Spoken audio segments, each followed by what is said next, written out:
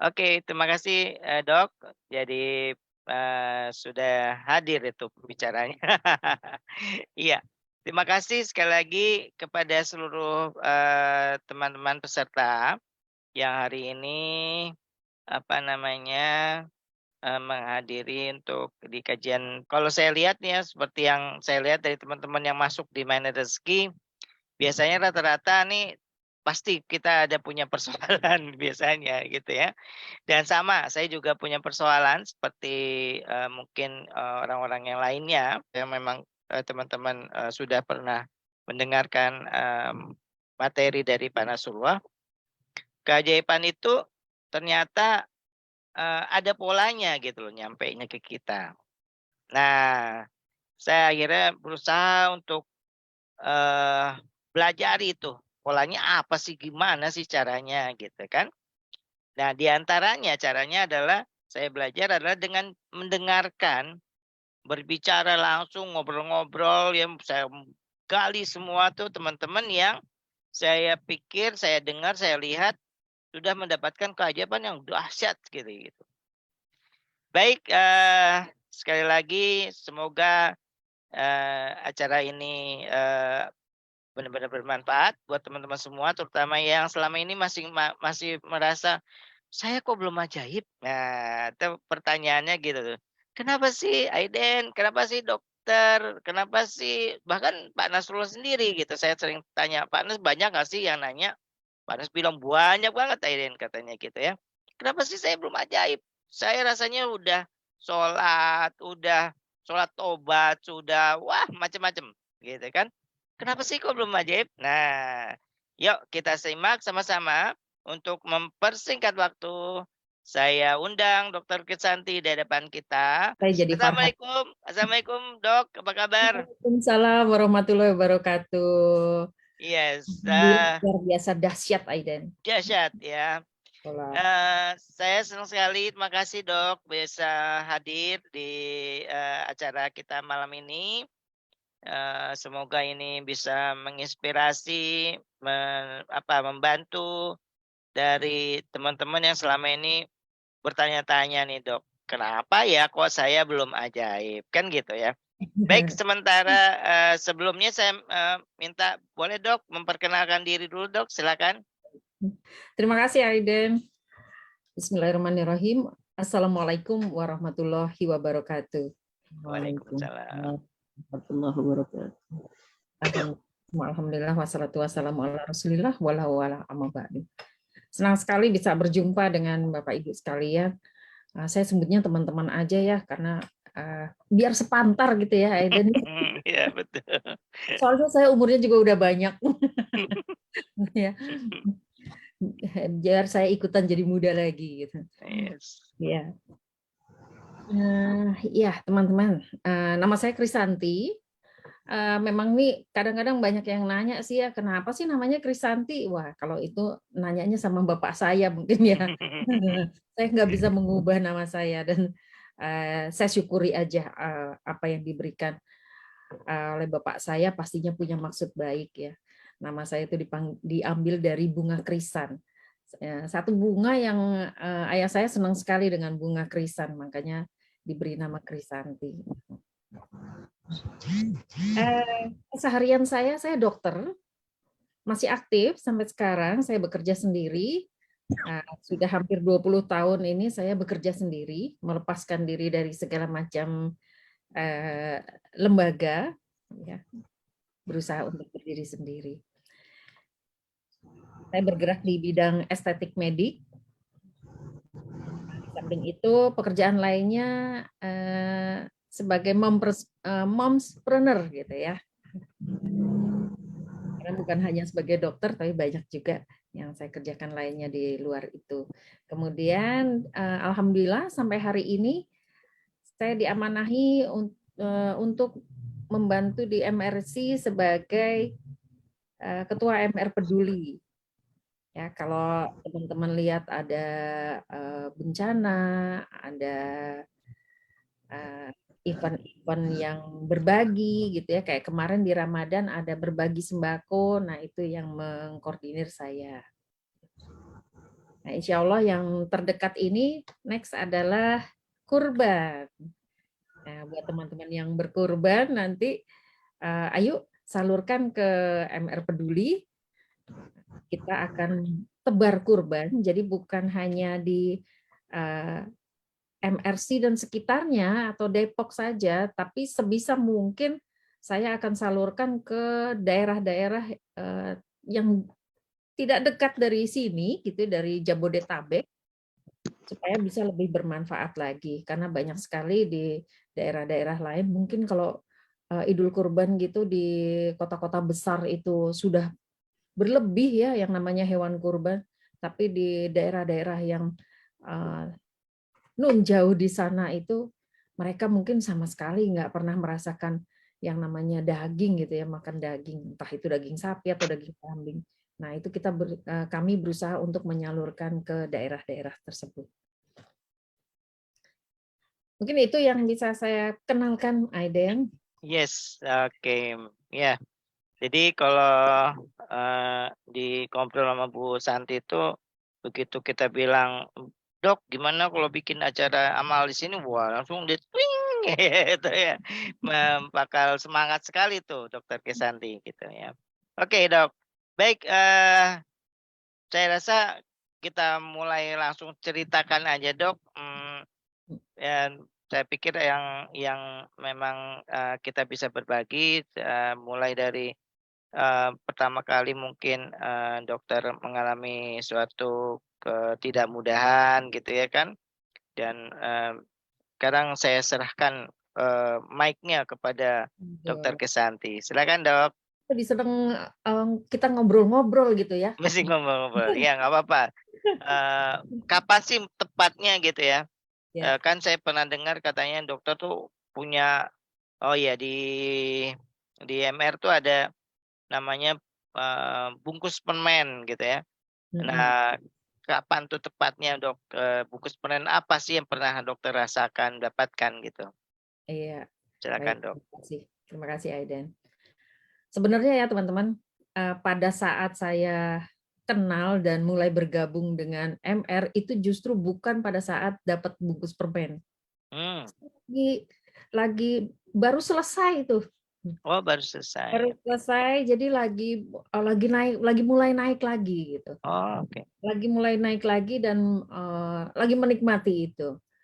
Tapi saya pingin ada ketemu dengan ilmu MR ini, saya ngerasa klop aja ya, ngerasa ini gue banget gitu ya. Jadi nyaman saya ada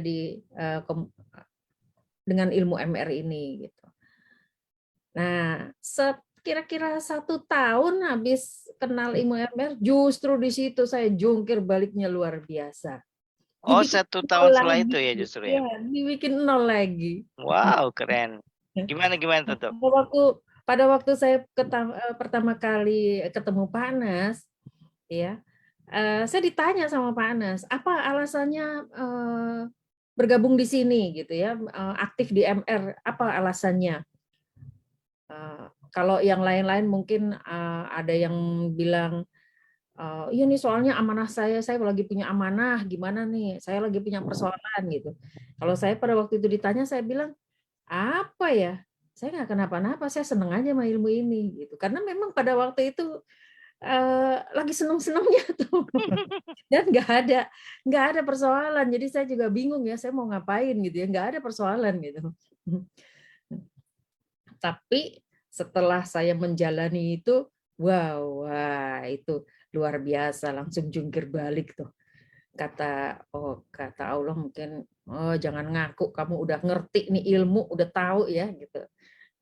Sebelum aku uji, gitu. Jangan mengaku beriman sebelum kuuji, gitu. Ya, ibaratnya gitu. Tapi dengan begitu saya jadi lebih siap gitu ya. Jadi tahu apa yang begitu Allah kasih persoalan itu, saya jadi langsung wow keren gitu. Udah nggak pakai mikir-mikir lagi gitu. Dan ternyata memang step-step yang diberikan oleh ilmu MR itu memang benar adanya pada saat kita menjalaninya dan sebelum menjalani memahami dulu gitu ya. Pahami dengan benar, terus kita iya oke, saya kalau Pak Nas bilang mengijazahkan ilmunya, kita jawabnya kobiltunya tuh kobiltu beneran gitu. Bukan sekedar iya saya tahu ilmunya and that's it gitu. Enggak, tapi kobiltu saya terima dan saya terapkan gitu. Paksakan diri untuk menerapkan. Dan ternyata itu bisa saya melewati segalanya jauh-jauh lebih mudah dan Allah berinya tuh luar biasa gitu. Jalannya Allah tuh kita kayak benar-benar dituntun. Nah, pada saat perjalanan itu baru saya cerita sama Pak Anas. Sebenarnya dulu sekali gitu ya. Tahun 2008, nah itu saya dikasih ujian yang luar biasa gitu ya. Nah kan kalau nggak salah, saya cerita lengkap sama Pak Anas itu justru di momen Ramadan, Camp di kalau nggak salah ya. bukan camp, Bukan bukan ya? Hmm. itu di waktu pertama kali pandemi Hmm. Ramadan. Ya. Nah Pak Anas itu begini, gimana kalau kita bikin bincang-bincang Ya, ya. sebelum Hikmah ya. buka puasa? Hikmah, bintang hikmah ya. Iya, Hmm, hmm. sebelum buka puasa Bukan buka bincang. puasa. Nah, Hmm, hmm. itu tuh nggak pakai persiapan, nggak pakai apa, tahu-tahu Pak Anas bilang, "Dok, ceritain dong itu." Hmm. Kapan? Sekarang, saya undang ya langsung masuk gitu. Iya, iya, iya. Sampai saya bener-bener nggak siap itu. Yang habis itu Pak Anas post di YouTube. Gitu. Hmm. Jadi itu real, nggak ada, tidak pakai skrip, tidak pakai Tidak apa, pakai cerita rekayasa. aja gitu. Karena nggak didesain sama Pak Anas. Iya, pada waktu itu saya menceritakan bahwa kalau ditanya, apakah saya pernah ngalamin keajaiban? Pernah sekali gitu ya. Eh, di tahun 2008 itu saya dikasih ujian sama Allah, divonis kanker stadium 4 yang diperkirakan usianya tinggal 6 bulan. Masya Allah. Pada saat itu ya saya sebagai orang awam, bukan sebagai orang biasa ya, meskipun saya dokter, saya mendengar itu juga, wah kehantam bener ya gitu. Wah, bahkan saya protes sama Allah, saya marah sama Allah. Saya bilang, kok Allah gitu sih? Gitu.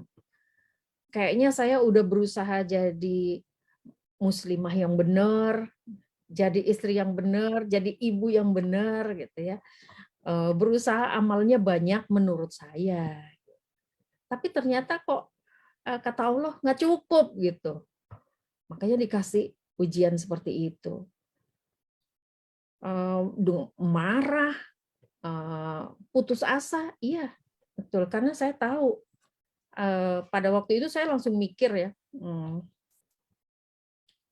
kalau saya langsung berhitung tuh, kalau saya melakukan terapi, karena saya tahu apa yang harus dilakukan, kira-kira butuhnya berapa dan keberhasilannya berapa persen. Ini menurut logikanya dokter gitu ya.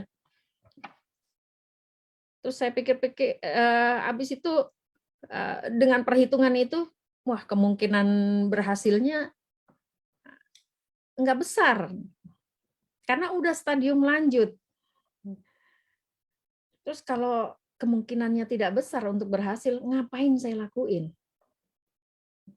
Buang-buang uang aja. Saya mikir, gimana anak-anak saya?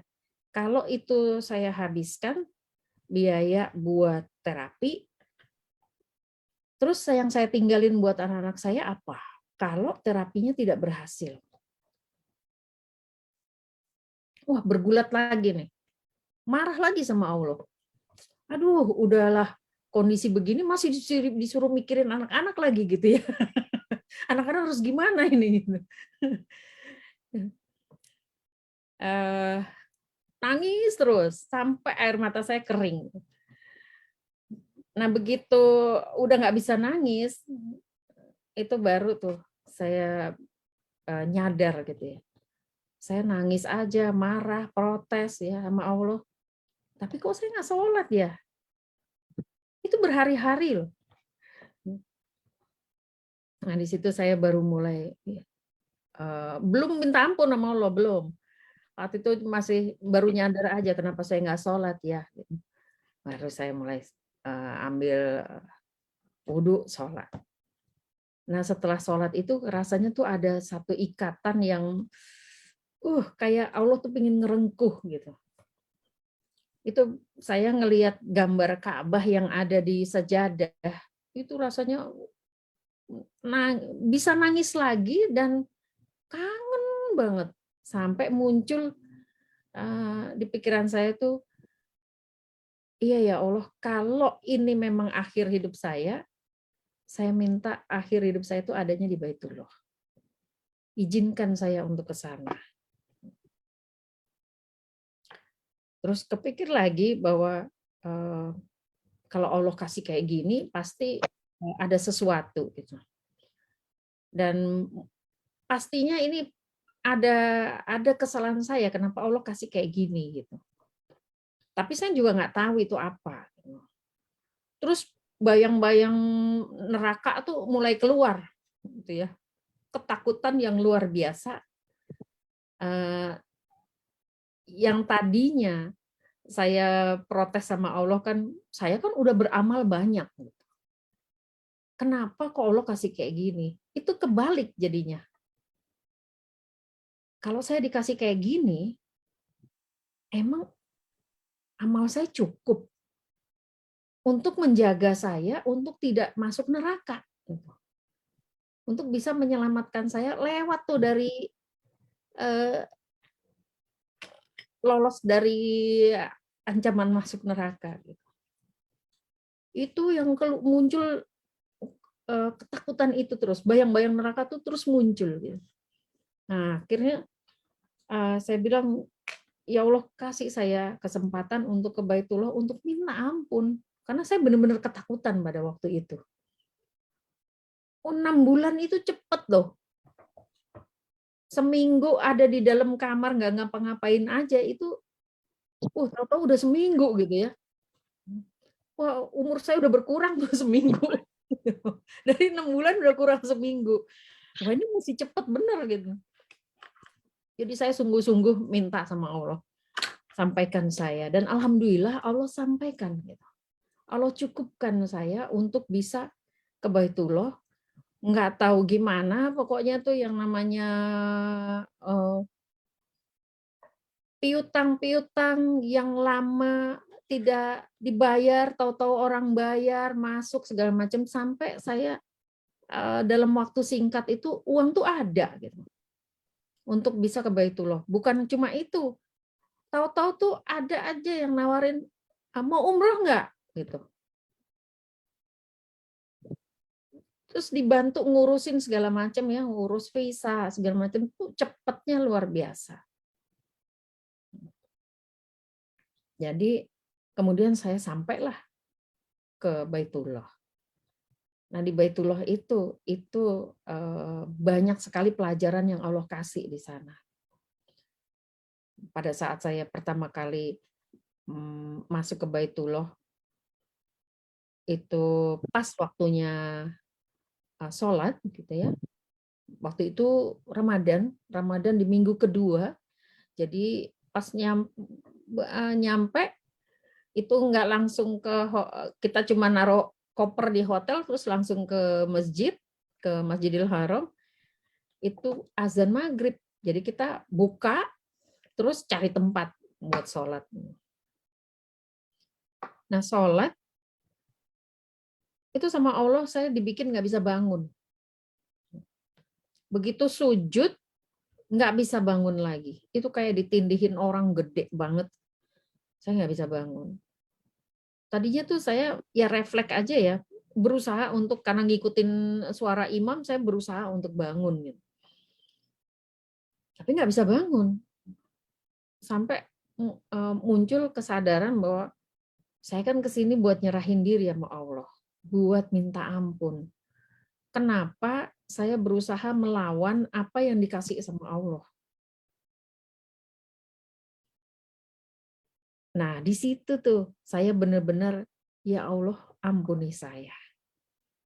Saya ke sini buat menyerahkan diri padamu. Saya siap, apapun yang engkau berikan, saya siap.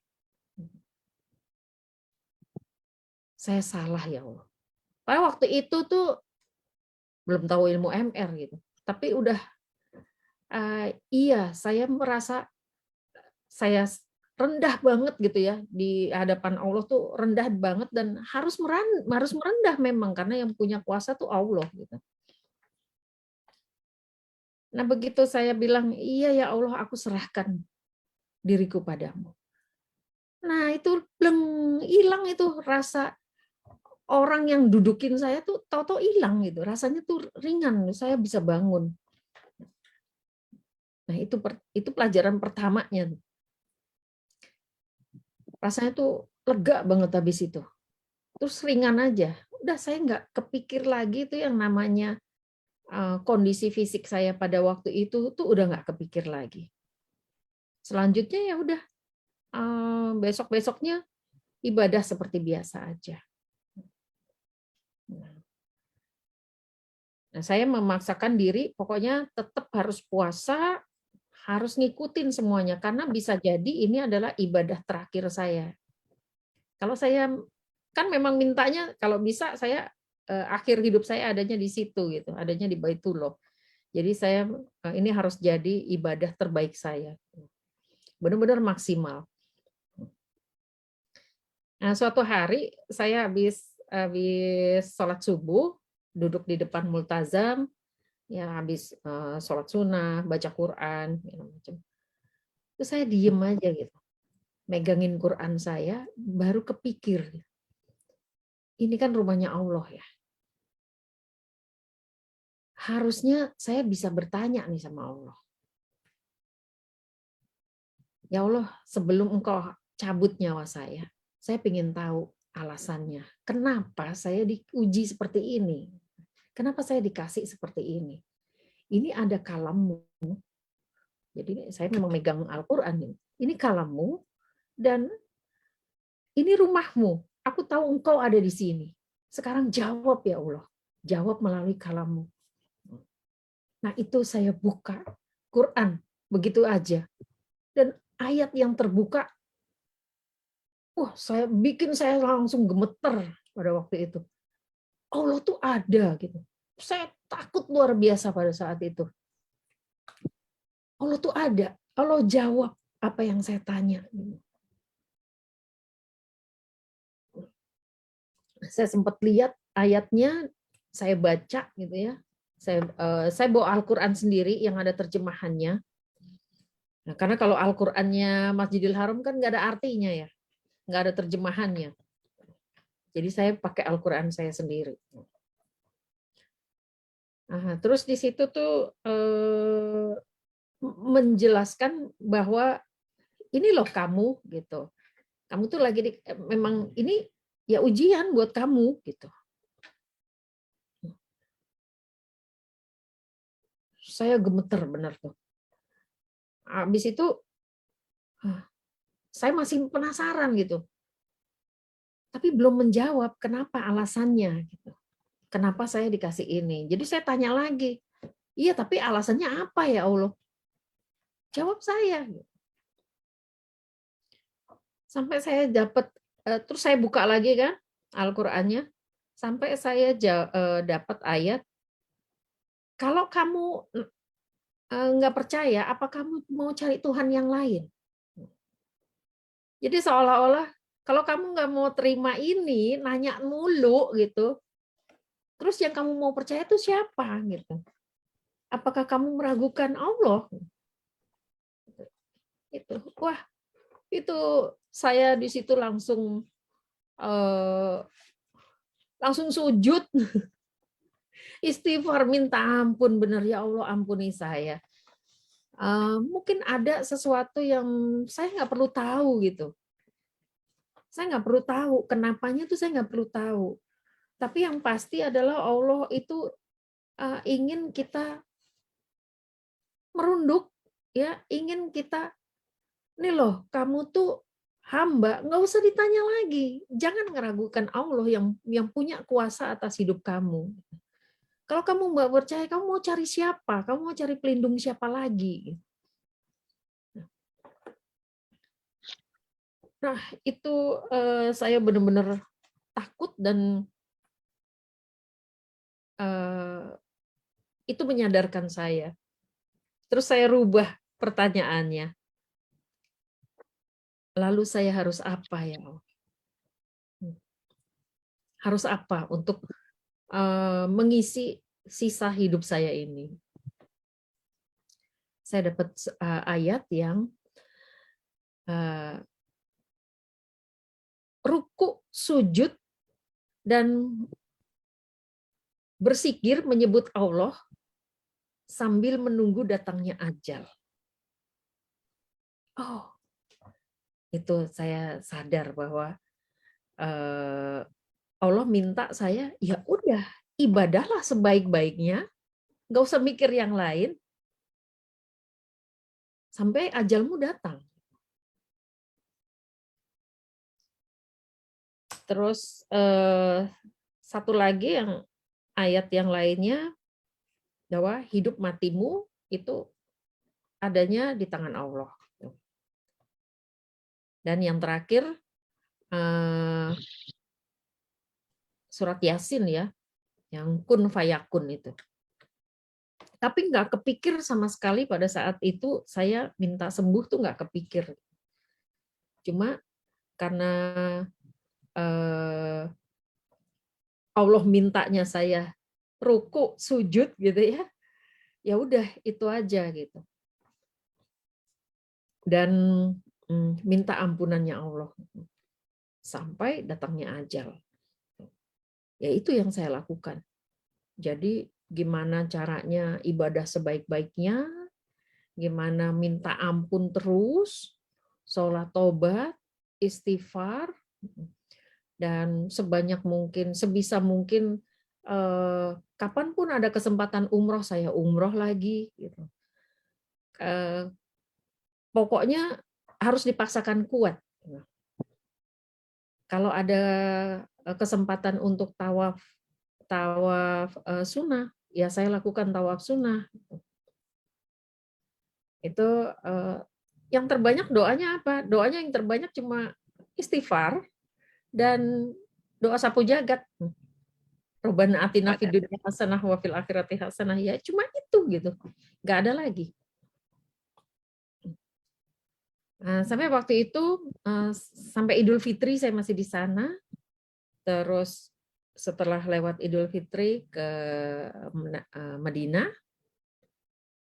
itu saya baru mulai ngerasa tuh, kok saya nggak ada capeknya ya?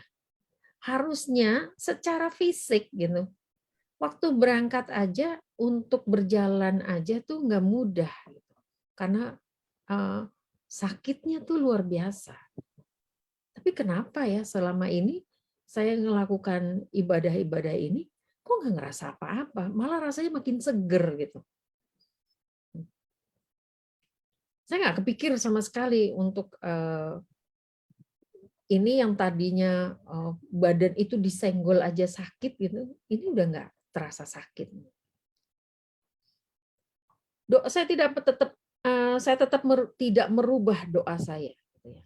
Doa saya tetap untuk minta keselamatan dunia akhirat dan mendoakan orang-orang yang ada di rumah, tanpa kepikir bahwa saya bisa ketemu lagi sama mereka. Sampai akhirnya waktu pulang, ya, saya masih bisa pulang. Kok bisa gitu? Sampai di akhir, jadi total tuh sebulan ya saya. Masih bisa pulang. Tadinya saya pikir tuh saya udah nggak bisa pulang lagi. Ternyata masih bisa pulang. Nah, sampai di sini, alhamdulillah saya bahagia, masih bisa ketemu sama keluarga lagi, ketemu anak-anak ya. Saya jalanin, di situ saya ngerubah, itu benar-benar berubah. Saya lebih banyak memperbanyak ibadah, karena kalau dihitung-hitung mungkin ya tinggal 3 bulan lagi nih dari deadline gitu. Tinggal 3 bulan lagi. Mau apa lagi ya selain bekerja, bekerja dan beribadah sebaik-baiknya. Nah, sebulan setelah itu, setelah pulang umroh itu, saya dicari sama dokter bedahnya. Dokter bedah saya pada waktu itu. Kenapa saya tidak memberi kabar apa-apa? Saya tuh sudah dijadwalkan untuk mastektomi, untuk diangkat total. Tapi kenapa saya nggak kasih kabar apa-apa? Terus saya bilang, saya umroh, saya bilang gitu. Kamu kesini deh, minta ke RS. Udah berapapun sisa tenggat waktu ini yang tidak banyak ini, udah kita lakukan semaksimal mungkin. Apa yang bisa kami bantu? Gitu. Karena kalau kamu sampai nggak muncul untuk ngelakuin ini, pasti ada alasannya. Nah, pada waktu itu saya bilang bahwa kayaknya saya nggak mungkin melakukan ini karena kondisi saya juga tidak memungkinkan. Nggak ada yang bisa support saya. Jadi sebelum saya umroh, pada waktu saya nangis-nangis itu, gitu ya, saya sebagai istri, saya sampaikan ke suami saya kan, ini loh kondisi saya butuh support kamu untuk melakukan tindakan untuk pengobatan ya, jadi operasi, terus dilanjutkan dengan kemoterapi dan sebagainya. Nah, pada waktu itu suami saya Support dong ya. harusnya support ya. Tapi pada waktu itu suami saya jawab, mohon maaf kali ini saya nggak bisa ngadepin ini. Maksudnya? Ya. Jadi mungkin itu juga bukan suatu kondisi yang ringan untuk dia gitu ya. Ya, jadi dia bilang mohon maaf kali ini saya nggak bisa support kamu dan saya nggak sanggup untuk menjalani hidup ini sama kamu lagi gitu. Dia nggak mau untuk ngelihat saya nggak berdaya dan sebagainya tuh dia nggak mau gitu. Jadi pada saat itu juga dia putuskan untuk dia pergi, untuk tinggalin saya gitu. Jadi dia talak pada saat itu juga dan dia pergi. Subhanallah. Itu yang jadi alasan utama saya kenapa saya tidak melakukan selain berhitung itu gitu ya. Akhirnya jadi berhitung karena saya sendirian nggak ada yang support gitu ya, udah ditinggalin sama suami, makanya akhirnya saya jadi berhitung. Buat apa saya habiskan apa yang ada untuk terapi yang kemungkinannya tidak besar. Gitu. Lebih baik saya tinggalkan buat anak-anak saya yang mereka masih butuh hidup. Nah, jadi ya akhirnya saya ngomong sama dokter bedah itu gitu ya, bahwa ini loh alasannya gitu. Udah deh gini, kita support kamu, kita bantu kamu, panggil teman-teman deh ya, kita ngomong semuanya. Ayo kita support deh, apa kamu butuh apa, butuh ditemenin, butuh kalau toh saya melakukan operasi kan nggak mungkin juga ya, nggak ada yang bertanggung jawab, nggak ada yang nemenin gitu. Pastinya pemulihannya juga butuh waktu gitu. Apalagi dengan kemoterapi juga, kalau nggak ada yang dampingin gimana. Nah, akhirnya diputuskan mereka nemenin. Oke, kita jadwalin deh operasi. Sebelum operasi ya kita harus ikutin prosedur semuanya. Diperiksa ulang lagi. Karena itu kan udah lewat 3 bulan yang lalu gitu dari vonis yang waktu itu. Nah, kemudian diperiksa ulang untuk persiapan operasi. Pada saat pemeriksaan itulah didapatkan hasilnya bersih, clear, nggak ada apa-apa, seperti saya tidak pernah mengalami kanker tersebut gitu. Itu semuanya kaget. Allahu Akbar. Allahu Akbar, itu saya benar-benar nggak ngira sama sekali ya bahwa saya nggak pernah minta sembuh, saya cuma minta ampunan Allah. saya minta untuk bisa jadi saya nggak mau masuk neraka, itu aja gitu. Karena di situ saya sadar bahwa amal saya tuh nggak banyak. Yang saya kira pada saat itu ya, gajinya apa ya, bisa bilang UMR gitu ya, UMR-nya pada saat itu gitu ya, itu sedekahnya saya setiap bulan gitu. Saya pikir, oh udah cukup gitu, ternyata nggak cukup. Itu mungkin nggak ada seujung kuku buat Allah gitu. Jadi kita nggak bisa ngitung amal kita dari banyaknya rupiah yang kita keluarin gitu. Ya, ya, di situ tuh saya bersyukur sekali ya bahwa ternyata ini toh yang Allah maksud dengan kun fayakun itu gitu. Sekalipun kita nggak minta, ternyata kalau Allah punya kehendak, apapun bisa terjadi gitu.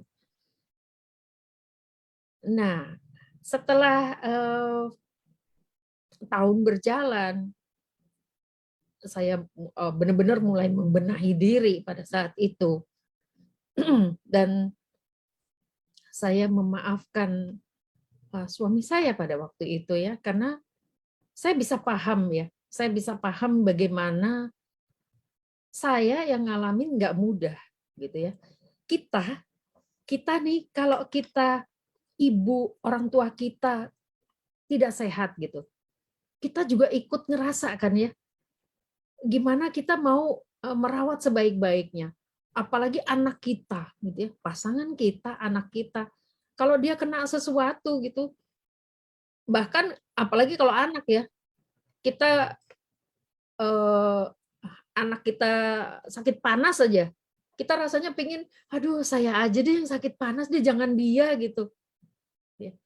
Itu saya jadi bisa paham kenapa suami saya ambil keputusan seperti itu gitu ya. Dia nggak bisa ngelihat, dia nggak kuat untuk ngelihat gimana kondisi saya pada saat itu. Dia nggak mau untuk kehilangan saya gitu ya. Cara cara orang menghadapi suatu persoalan itu berbeda-beda. Disitulah ya selama selama ada di Baitullah itu gitu ya, pemahaman-pemahaman itu tuh muncul gitu, bahwa iya ya,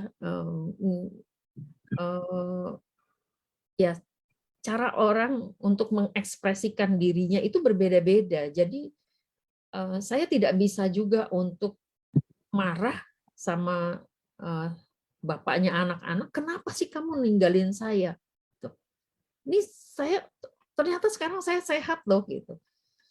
Nggak bisa begitu gitu, karena ya itu tadi, dia nggak kuat untuk melihat, nggak mungkin kalau dia bisa ngomong dengan bahasa jelasnya gitu ya, kalau bisa saya aja yang gantiin kamu gitu. Nah dia tuh nggak mau ngelihat kondisi, apalagi kalau sampai saya meninggal di depan dia, lebih baik dia nggak lihat gitu. Itu yang membuat dia pergi. Dan Itu kan hanya dugaannya dokter kan ya? ya, Dia nggak menyampaikannya. dia nggak nyampein, Iya, luar biasa. dia Yap, nggak nyampein. luar biasa.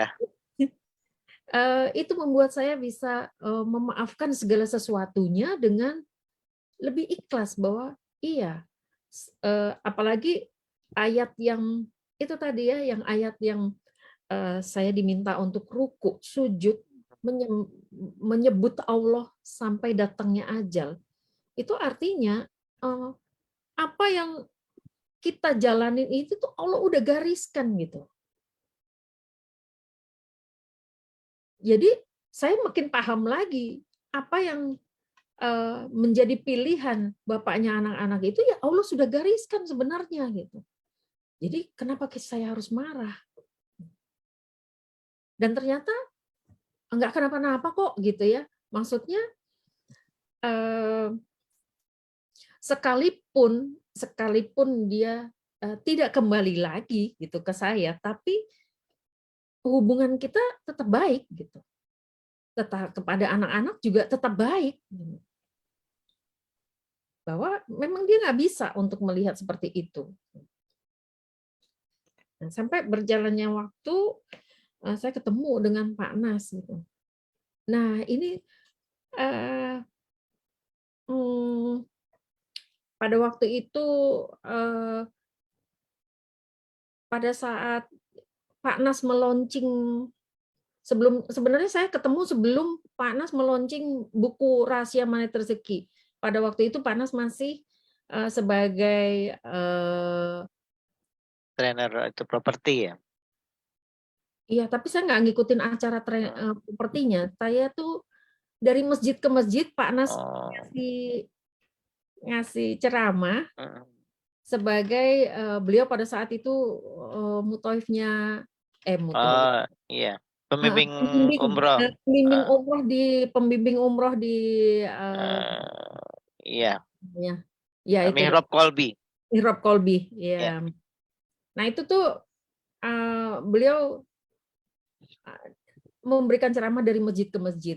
Nah pada waktu itu tuh saya suka ngikutin gitu.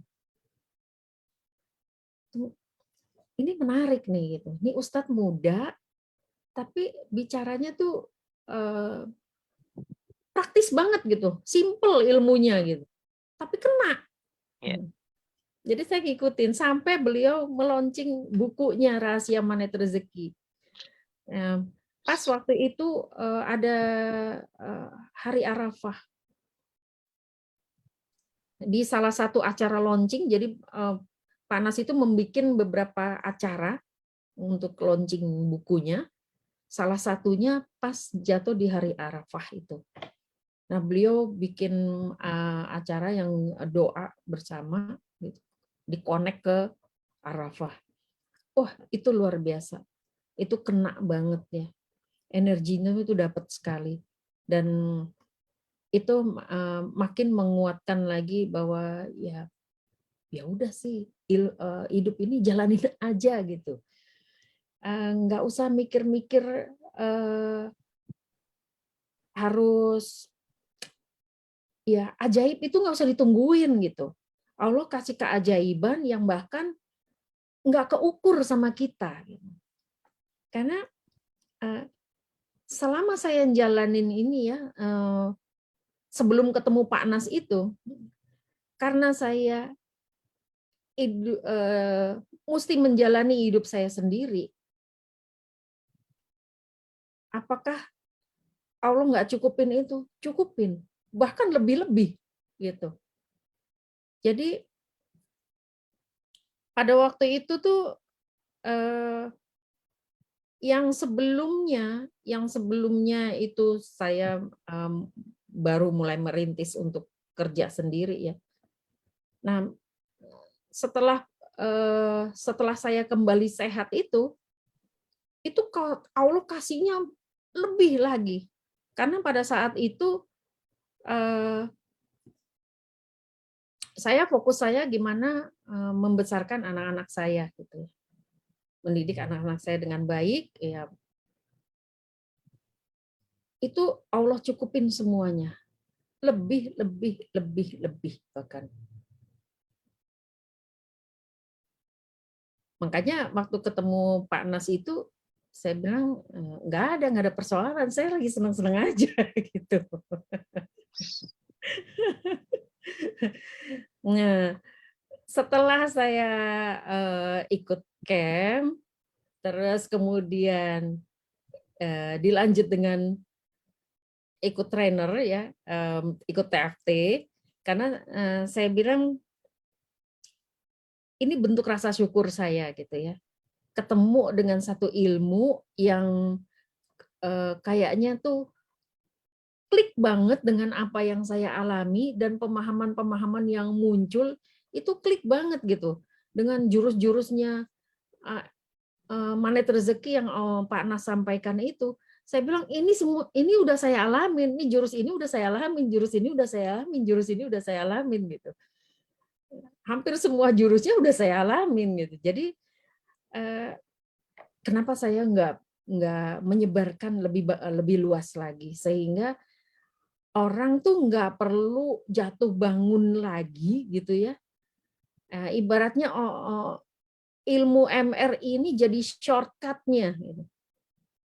Jadi shortcut-nya saya bukan berarti kamu kalau ngalamin kayak saya pasti kamu nggak kuat deh, bukan begitu gitu ya.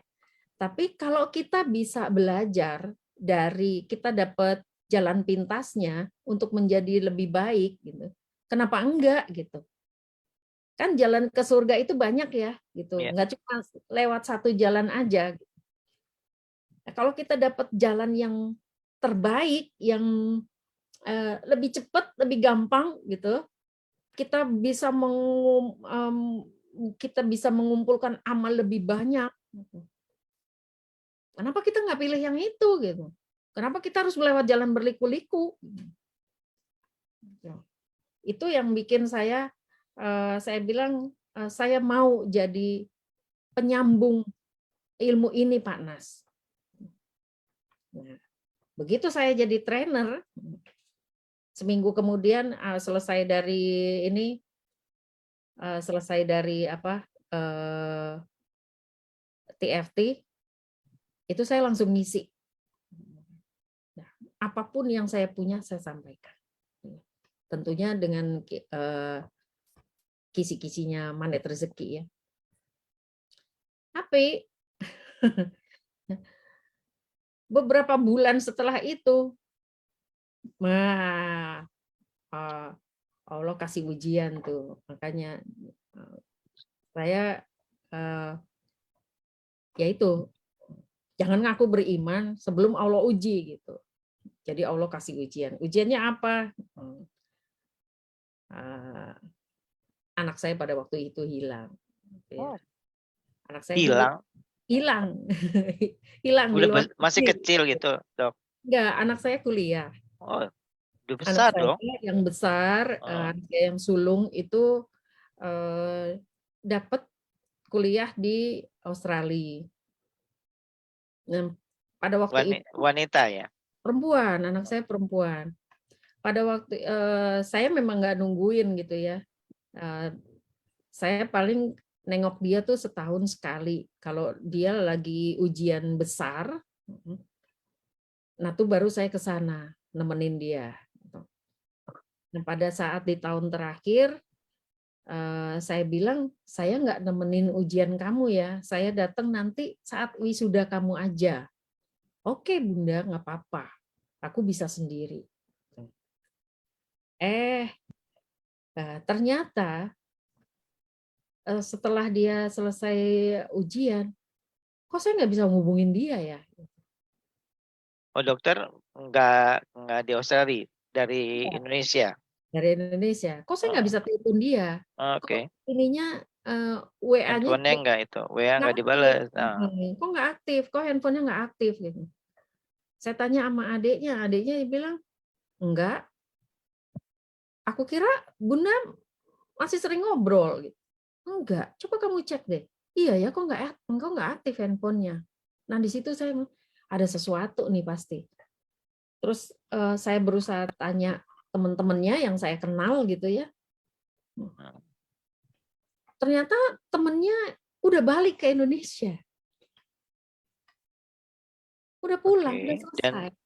Nah, udah selesai dan udah pulang. Temen yang satu angkatan sama Satu dia. kamar, satu angkatan. Oke. Ya, tapi satu angkatan sama dia. Ada beberapa orang yang saya juga sering berhubungan dengan mereka gitu. Untuk saling cek lah ya gitu. Mereka bilang, "Loh, Tan, aku kirain dia udah pulang juga. Aku udah pulang nih, Tan, udah di Jakarta." Waduh. Terus anak saya kemana gitu. Nah, barulah dilacak ternyata memang hilang. Ya Allah. Hilang beneran gitu. Iya, benar memang. Nah, pada saat itu tuh saya ingat, kalau teman-teman ingat jurusnya apa ya? Yang ceritanya pamannya, cerita Oh, yang pamannya ke Pak kakeknya. Anies. kakeknya yang Kakeknya ya? iya, bulan Ayah Ramadan kakeknya hilang. ayah mertua Ayah dari mertua, adiknya ya? ayah Ayah mertuanya. mertua adiknya Pak Nas yang Iya. hilang ya. Yang Mm, kemudian gimana nih? Pada waktu itu hilangnya di bulan di bulan Ramadan. Ramadan. Nah, yang akhirnya ibadahnya jadi keteteran ya. Iya. Akhirnya mereka memutuskan untuk udah deh kita benerin ibadah kok jadinya Ramadannya jadi nggak ibadah dengan benar gitu. Akhirnya mereka fokus dengan ibadahnya. Si kakek Kembali itu lagi pulang. kembali lagi gitu, tidak disangka-sangka. Nah, saya keinget dengan itu. Jadi saya minta sama Allah, ya Allah, dampingi saya untuk bisa melewati ini dengan beri saya satu surat-Mu yang bisa mendampingi saya untuk menghadapi ini. Jadi saya juga tidak minta solusi gitu. Tapi saya hanya minta dampingi saya ya Allah untuk bisa melewati ini dengan apa yang Kau pilihkan gitu. Karena saya yakin apa yang Allah berikan itu pasti yang terbaik, apapun itu caranya. Jadi saya tuh nggak minta solusi. Saya dapat surat Ar-Rahman. Ya, surat Ar-Rahman itulah yang saya baca terus-menerus. Akhirnya saya ke sana ya, ke Australia. Itu pun sampai di airport saya nggak tahu mesti kemana. Karena udah nggak tahu rumah yang tempat anak itu udah itu lagi udah nggak disewa lagi, udah nggak ada gitu. Ya, kan saya nggak bisa kontak dia, jadi saya juga nggak bisa datengin kan. Mana? Itu ya Allah tuh begitu baik gitu ya dengan surat Ar-Rahman yang saya baca terus itu gitu Ayat ya. berapa, Dok? Satu surat bacanya. Wow. Saya mintanya surat. Masya Allah. Saya bilang dampingi saya dengan surat-Mu ya Allah untuk saya harus melangkah gitu.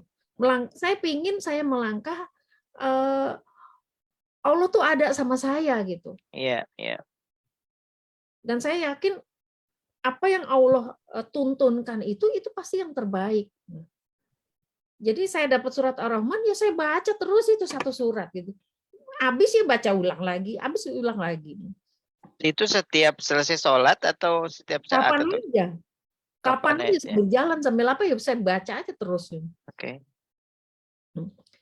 Nah itu kok yang dilalah ada teman saya yang ternyata sudah jadi warga negara sana. Itu hubungin. Kamu dia ngubungin saya terus saya bilang saya ceritain singkat saya tuh gini kondisi terus sekarang kamu ada di mana, saya dia di airport, saya ada di airport nggak tahu mau kemana.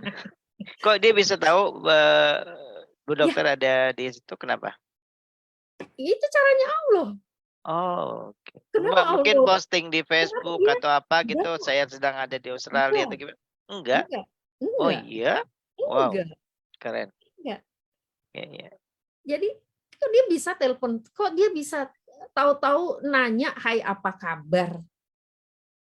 Telepon atau di mana? WA. WA, oke. WA, apa kabar? Nah, habis itu saya jawab, terus saya bilang gini. Kamu, terus dia bilang, saya kan tinggal di sini. Dia bilang, saya tuh udah jadi warga negara sini. Oh, saya juga ada di sini sekarang dan saya nggak tahu harus kemana. Masya Allah. Saya jadi merinding. Ke rumah. Dia bilang, ayo ke rumah. Orang, apalagi kalau udah lama di luar ya, nggak semudah itu untuk menerima tamu loh. Iyalah. Apalagi saya udah puluhan tahun nggak ketemu sama dia. Kok bisa? Dia dengan mudahnya dia bilang, udah kamu ke rumah. Udah tinggal di rumah, kamu nggak usah mikir. Ke rumah lah saya, ke rumah dia. Nah di situ tuh baru saya ini lagi. Ya Allah saya mesti kemana? Nah mulai saya datengin satu-satu tuh. Mulai dari apartemen dia yang ternyata sudah nggak ada, udah kosong gitu ya. Terus saya datengin tempat kerja dia. Dia waktu itu kuliah udah sambil kerja. Gitu. Di tahun kedua tuh dia udah mulai kerja. Udah lama dia, bukan udah lama. Sebulan sebelum dia ujian itu dia sudah resign. Udah nggak kerja lagi. Ya, ternyata dia sudah resign, udah nggak kerja lagi. Mhm. Saya berusaha mencari. Nah, itu benar-benar saya minta, ya Allah tunjukkan saya kemana saya harus melangkah.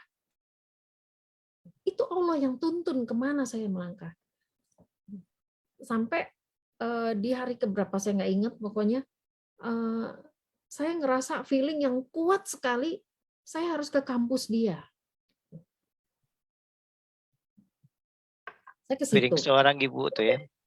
Ya itu dengan pokoknya saya baca Rahman aja terus Iya. gitu. Itu surat saya baca aja terus. Unjuk ke situ. Terus saya ke TU-nya ya, ke tata Sorry, usaha. Hanya Dok. Itu tapi masih ada rasa menangis gitu nggak? enggak, Atau enggak? Enggak sama enggak, sekali? enggak. Oh, Sudah keren. saja gitu. Ya sudah. Udah tenang aja Meskipun gitu udah. ya, kan Masya Allah. ya saya tetap mampukan saya ya Allah menjalankan apa yang sudah, karena saya yakin ya ilmu MR ini jurus-jurusnya yaitu tadi shortcut gitu loh. Jadi kan ilmu MR bilang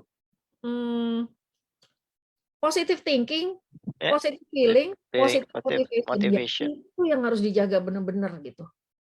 Nggak boleh tuh yang namanya deg-degan, nggak boleh takut, nggak boleh nangis, nggak boleh Yes. gitu. Wow, Jaga luar setenang biasa. mungkin, setenang mungkin. Dan Allah kan udah kasih nih surat Ar-Rahman. Yang itu benar-benar menenangkan saya gitu. Udah nggak usah khawatir gitu. Ikutin aja. Nah, saya tanya ke TU pada waktu itu. Mereka bilang, mohon maaf, kami nggak bisa bantu karena kan statusnya dia sudah selesai.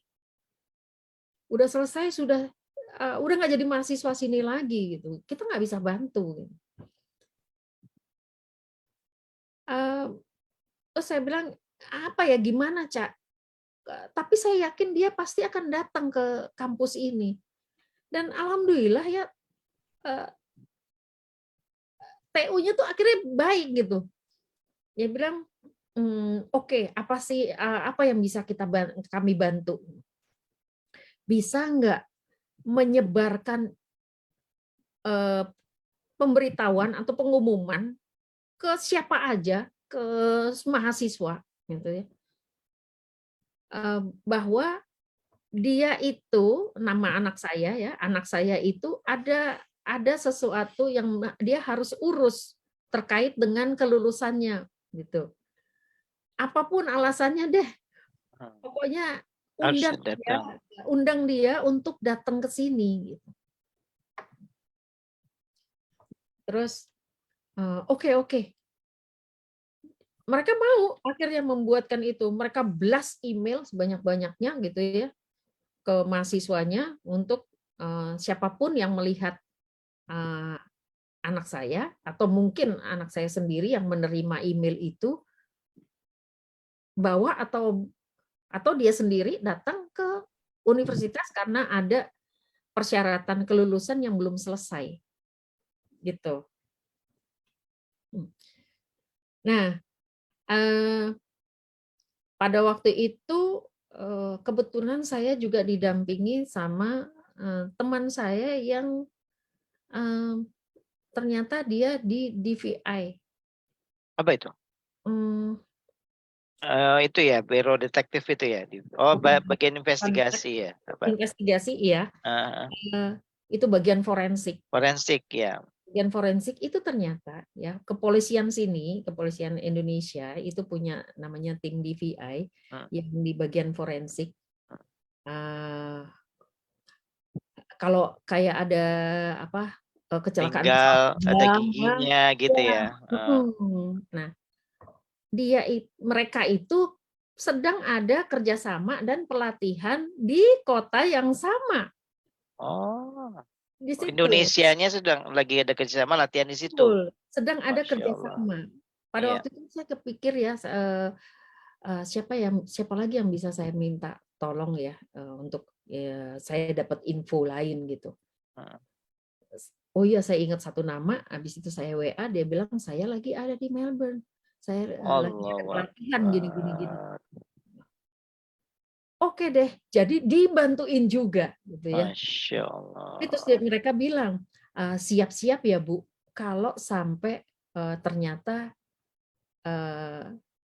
udah nggak ada gitu. Masya Allah. Saya bilang apapun yang Allah berikan, saya yakin itu yang terbaik. Jadi saya bilang sama Allah, saya siap ya Allah. Tolong pertemukan saya dengan anak saya siap apapun kondisinya. Saya yakin itu yang terbaik dari Allah. Percaya nggak Aiden? Itu hari ketiga saya ada di kampus itu. Sorry, ini udah setelah berapa lama nih di Pokoknya Australia? setelah saya berkeliling-keliling gitu ya. Lebih dari seminggu, 2 minggu? Ikutin kata hati aja nih. Lebih dari seminggu, udah lebih dari seminggu ya? Iya, kira-kira semingguan. Nah, sampai saya ke kampus. Di kampus itu 3 3 hari. hari. Iya. Oke. Pagi, Duduk gitu dong. iya. Keliling Muter kampus, duduk di kampus. situ, ngeliat aja. Masya Allah. Sampai gelap, pulang lagi ke rumah. Besok Ya pagi saya datang lagi ke kampus. Tapi saya ngerasa Ya saya Allah. pasti ketemu ada di sini gitu. Tapi Rasanya enggak sorry ya, kalau di film-film itu kan ada sampai ibu-ibunya nangis gitu, itu enggak begitu kan? enggak. Ya saya tetap aja baca Ar-Rahman. Tenang gitu jalan sambil lihat sambil baca Iya. Rahman. Iya, duduk di mana, duduk di perpustakaan, duduk di ini, duduk di taman, duduk di mana aja, keliling kampus itu aja. Gitu. Ya Allah. Oke, Sampai lanjut. hari ketiga ada di kampus itu, ada seorang petugas di TU situ yang akhirnya jadi kenal ya, karena tiap hari ngeliatin saya. Iya. Dia bilang, "Mem, anaknya tuh ada di situ. Saya tadi ngeliat. Ada di kliniknya kampus. Wah, cepet-cepet kita ke sana." Oh, dia bilang gitu di sana. Iya. Ada gitu ya. Oke. Dia bilang, "Saya tadi kayaknya saya sempat lihat dia ada di sana," gitu. Bener apa enggak saya nggak yakin juga, dia bilang gitu. Terus saya cepet-cepet ke sana gitu. Ternyata memang bener. Oh, Itu kayak dihantar ke Allah alhamdulillah. aja gitu. Ya Allah, itu benar-benar keajaiban ya. Saya bilang, Ya. pertemukan saya dengan anak saya, ternyata dia ada di situ duduk. Meskipun kondisinya pada saat itu dia seperti nggak kenal saya. Oh. Dia nggak ngenalin saya. Saya Enggak nggak disapa juga enggak tahu. nggak bisa. Oh, oke. Nggak bisa. Jadi dia kayak orang lain gitu ya, kayak ada tabir yang nutup dia nggak kenal saya, nggak bisa ini. Tapi ya alhamdulillah, saya bilang kan apapun kondisinya saya siap. Iya. Dan pada saat itu dia nurut aja. Dibawa pulang menurut gitu ya. Langsung Enggak cepat-cepat. berontak gitu ya. Ya, teman saya semuanya bantu ngurus saya bisa pulang dengan cepat. Semuanya. Saya udah nggak pikirin lagi tuh yang namanya apa harta bendanya dia yang masih ada di sana. Saya udah nggak pikirin, pokoknya bantu saya. Jadi orang-orang kedutaan juga begitu cepatnya mereka membantu saya untuk pengurusan surat-surat supaya kami bisa pulang ya. Ya alhamdulillah, ya itulah.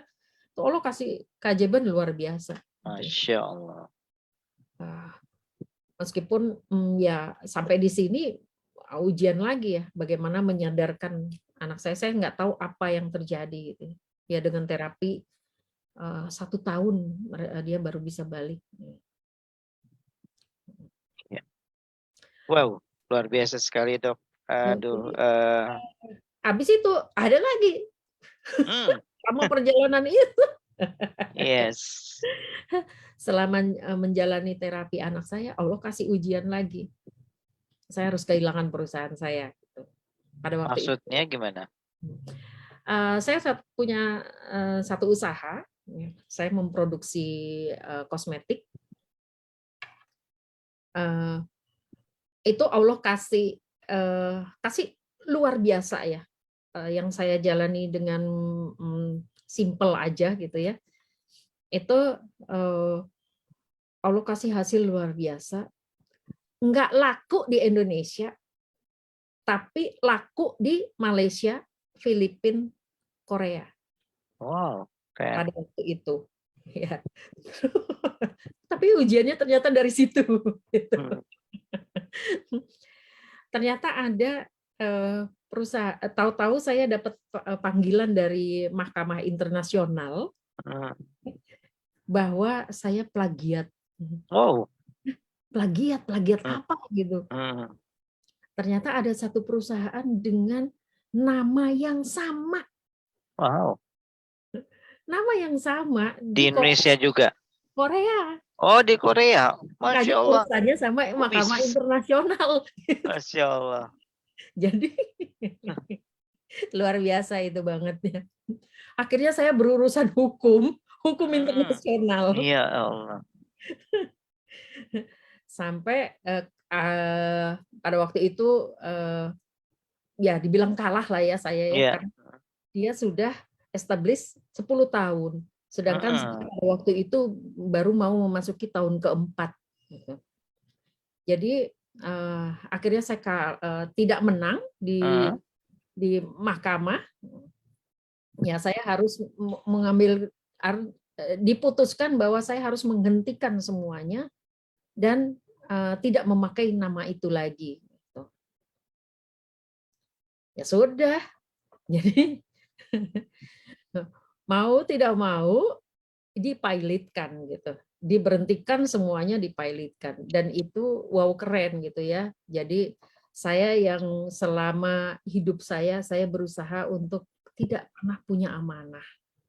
Saya lebih baik memulai segala sesuatunya dari kecil ya, benar-benar step by step gitu ya, sesuai dengan apa yang saya punya. Saya nggak mau punya amanah.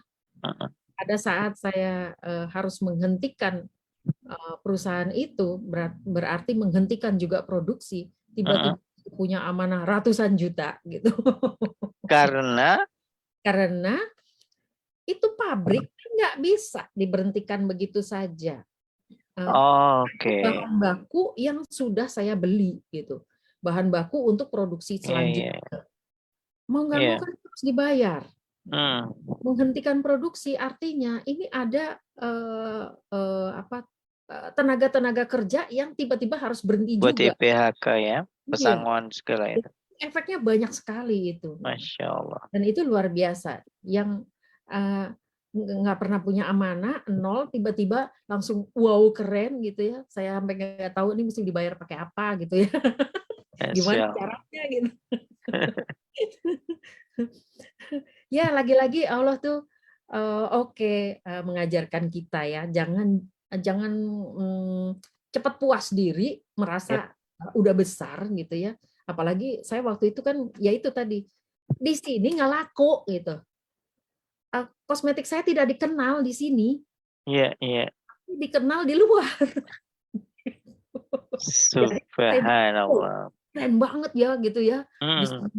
Bisa nembus pasar internasional ya.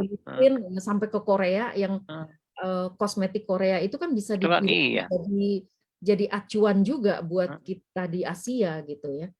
Tapi kenapa kok saya bisa tembus di sana gitu. Ternyata Allah bilang, jangan keburu sombong ya gitu, jangan gede kepala nih. Jeder, Masya Allah. Superman yang luar biasa gitu. Dan ya itu, kalau sekarang banyak yang teman-teman ya mungkin gimana nih mesti ngelunasin amanah ya. Ya itu kembali lagi, jangan deg-degan. Jaga terus tuh positive thinking-nya, terapin dah semua tuh jurus-jurus yang ada gitu. Bener, terapin jurus yang ada. Terus yang namanya amanah, ya kudu dibayar nyelesain. Gimana caranya pada saat itu apapun yang saya punya yang bisa dijual, jual gitu. Sudah. Itu tuh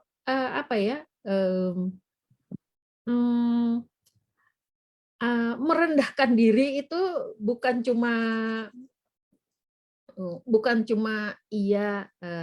saya salah, bukan cuma gitu.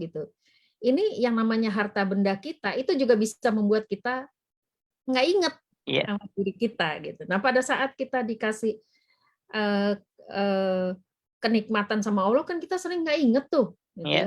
ya. Pada saat kita punya amanah kayak gini, gimana nyelesainnya? Ya udah lepasin itu semua, nggak penting juga buat kita gitu.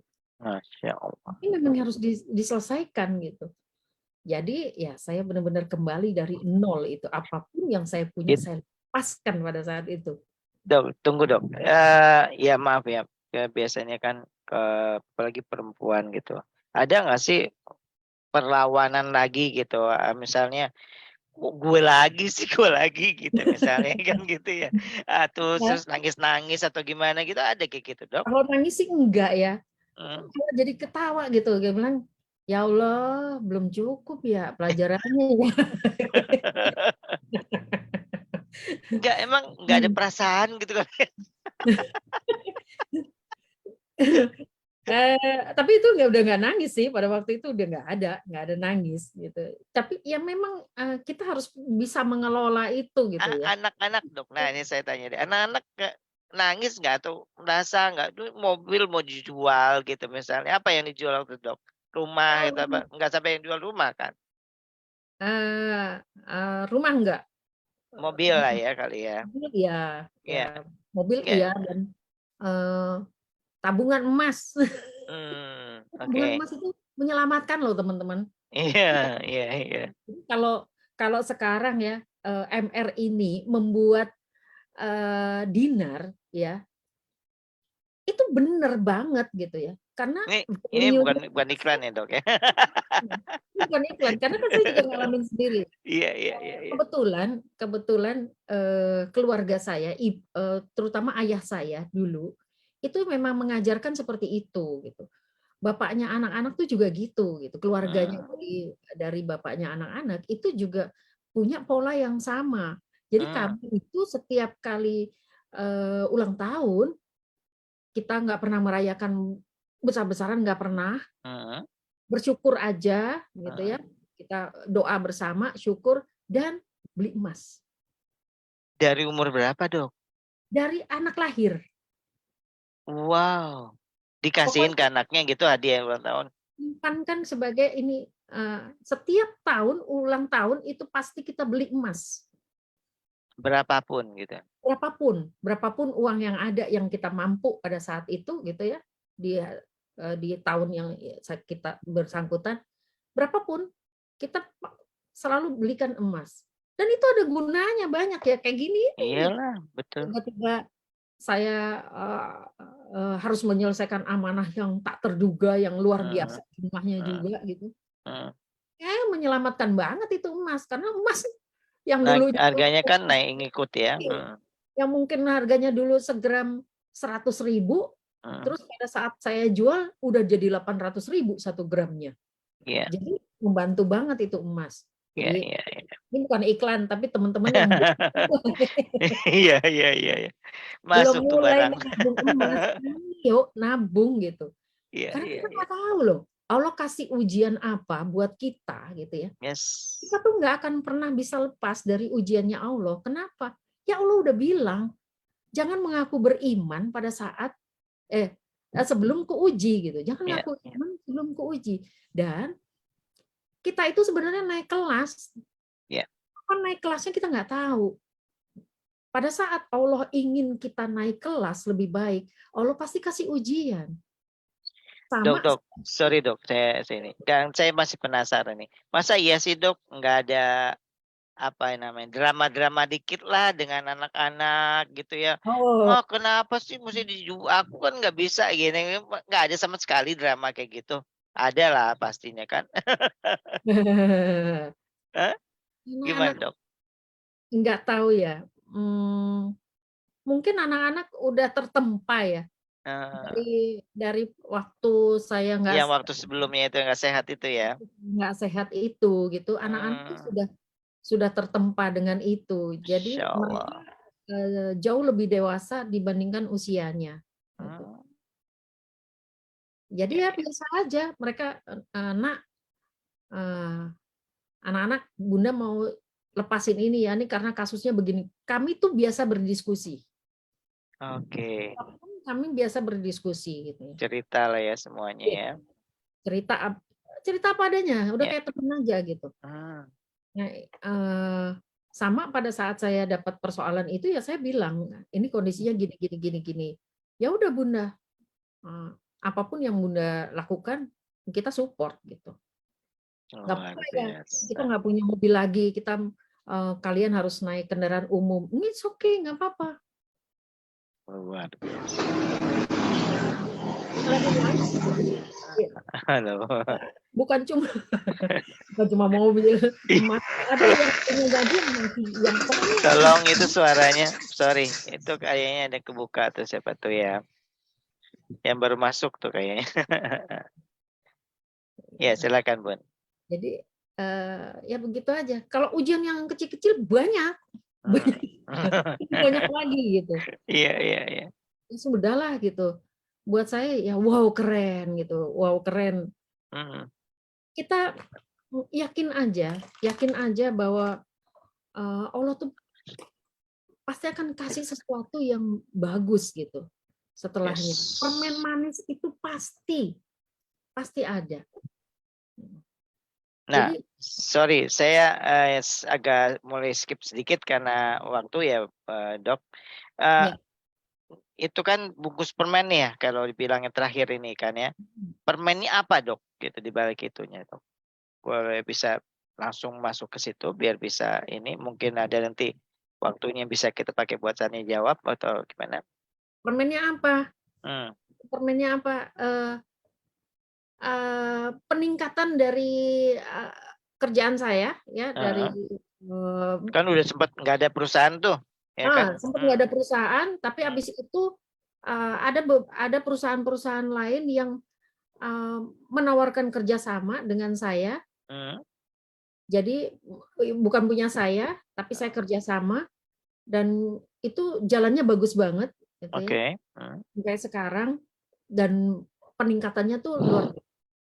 Luar biasa. Ya. Terus kalau ditanya apa keajaiban yang terbesar yang ada, tahun lalu saya tuh sempat doa sama Allah, ya Allah, ini kan emas-emas udah pada banyak yang dijualin tuh, Iya, belum udah. balik lagi. Mm-mm. Terus saya bilang ya Allah, eh, kasih saya aset 1.000 dinar dong ya Allah. Duanya gitu. Iya. Hmm. Aset 1.000 dinar. Nah, kasih saya kemampuan untuk memiliki aset 1.000 dinar. Oke. Teman-teman untuk Nah, itu aja 1 dinar itu sekarang harganya sekitar 4,4 juta. Jadi kalau 1.000 dinar kurang lebih 4 miliar lah ya. ya. Ya. Nah, terus Allah kasih ujian dulu tuh. Allah kasih ujian pada waktu itu ada satu persoalan yang pokoknya saya dihinakan orang gitu ya. Mm-mm. Dipermalukan di depan umum, benar-benar aduh dihina bener gitu ya. Tapi pada saat itu saya bilang saya yang salah, dia yang benar, saya salah, dia benar, saya salah. Ampuni saya ya Allah, dia benar. Itu nggak kepikir sih si doa minta 1.000 nilai nggak kepikir gitu ya. Iya. Saya maksakan diri untuk turunkan garis kebenaran saya. Gitu ya. Saya salah, dia benar, saya salah, dia benar. Nggak lama dari kejadian itu, ada seseorang nih yang selama ini tanahnya saya bantu urus gitu ya.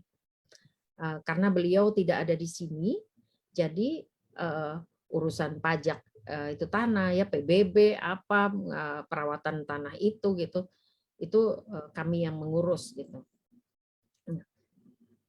Dilalah dia itu bilang, tolong dong cariin notaris. Ada apa? Saya bilang gitu. Udahlah, saya mau ngurus tanah itu. Oh, mau dijual mungkin. Ya, mungkin sudah ada transaksi karena tanah itu tidak dipakai, kosong.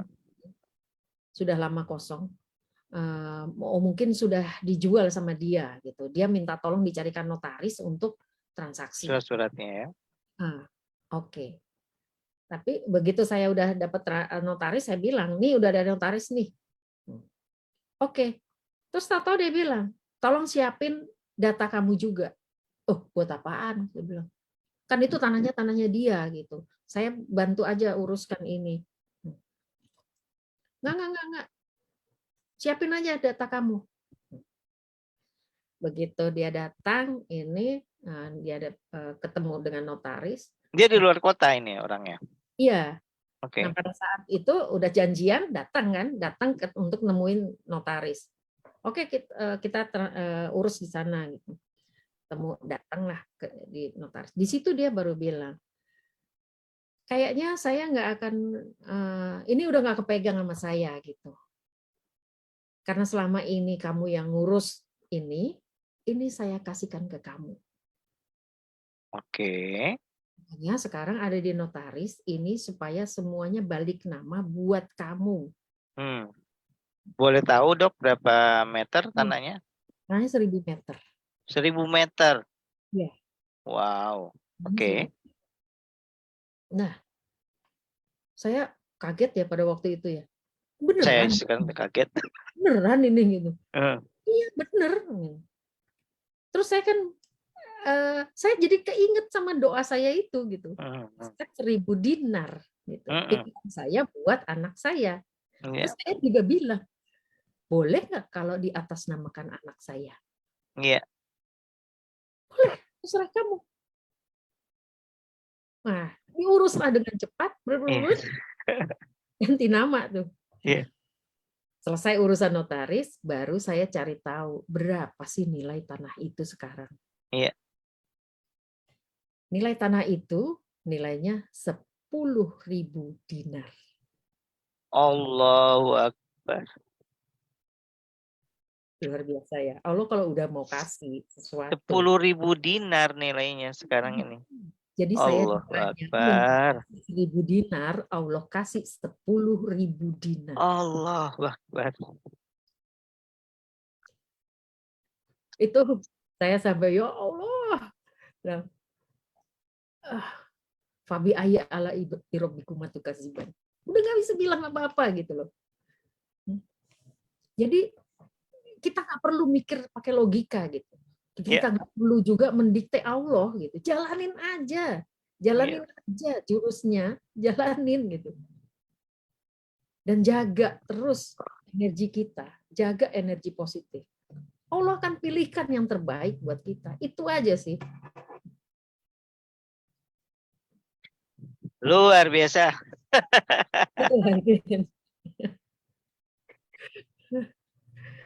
Yes. Kok jadi saya yang nangis jadinya? Dan apa ya? Ya pasti orang pekerjaan itu pasti ada naik turunnya, bisnis itu ada naik turunnya gitu ya. Tapi saya selalu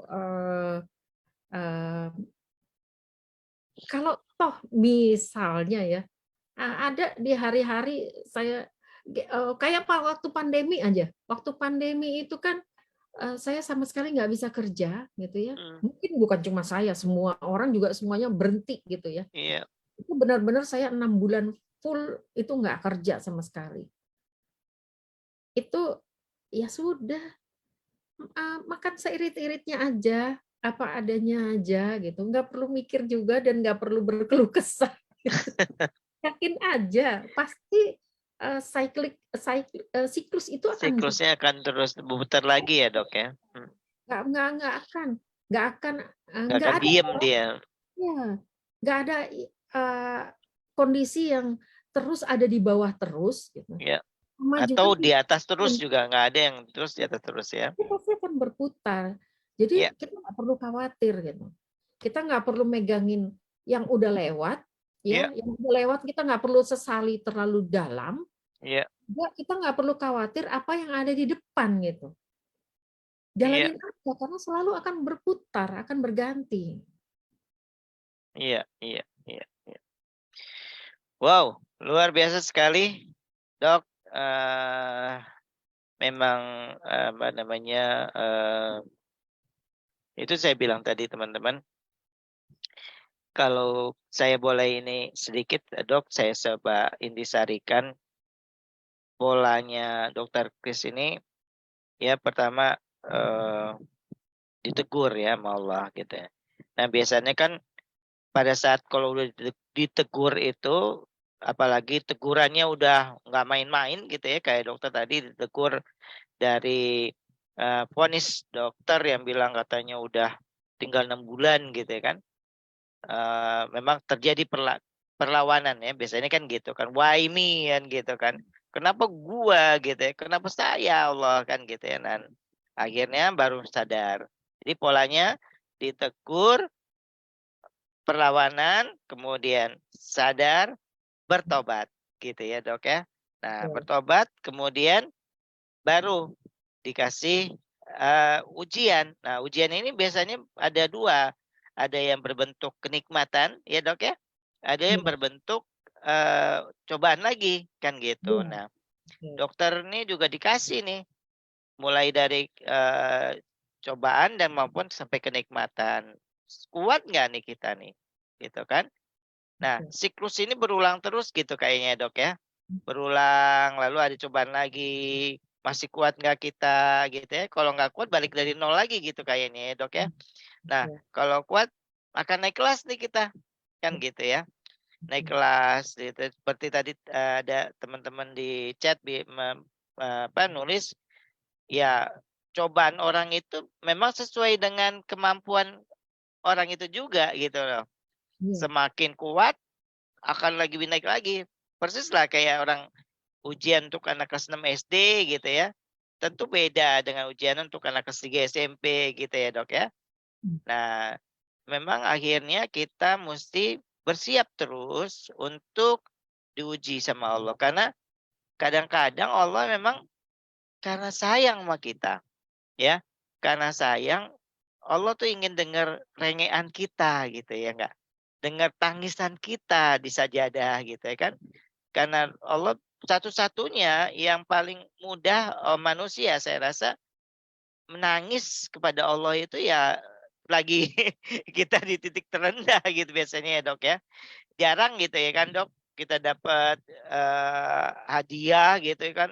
Terus kita menangis gitu di sajadah gitu. Saya pikir jarang, ada sih ada ya, tapi jarang lah orang makan begitu gitu kan. Nah, mungkin Allah waktu itu lagi, iya karena sayang, kangen gitu ya. Nih anak kok nggak pernah nangis sama gua nih gitu ya kan. Nggak pernah berdoa nih sama saya gitu kata Allah gitu kali ya. Dan akhirnya kasih sama Allah kasih gitu. So teman-teman, ya saya yang melihat adalah positive thinking dari Dokter Kesanti dalam menghadapi suatu persoalan ya. Positif feeling-nya beliau dan positive motivation-nya itu luar biasa sekali.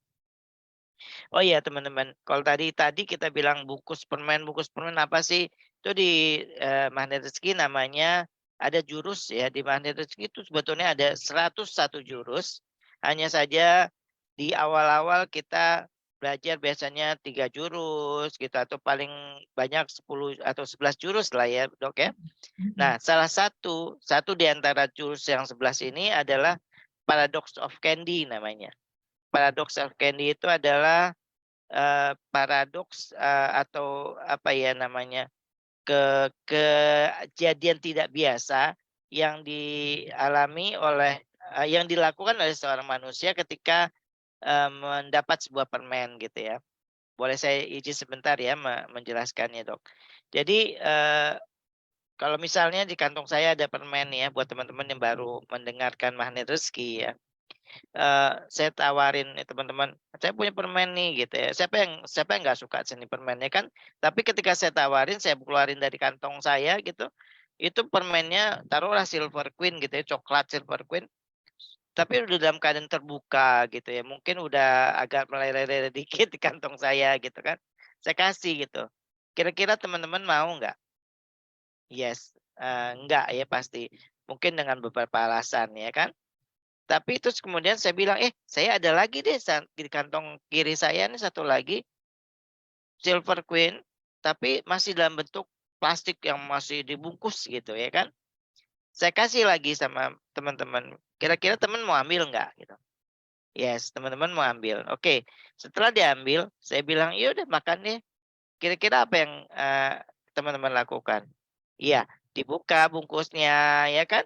Lalu setelah dibuka sobek gitu kan, bungkusnya dibuang, permennya dimakan. Nah, pertanyaan saya, apa bedanya ketika saya kasih nih udah permen udah dibuka nih bungkusnya gitu, dengan teman-teman juga akhirnya yang tadi ini masih ada bungkus dibuka juga gitu, sama kan permennya gitu kan, sama-sama dibuka gitu loh.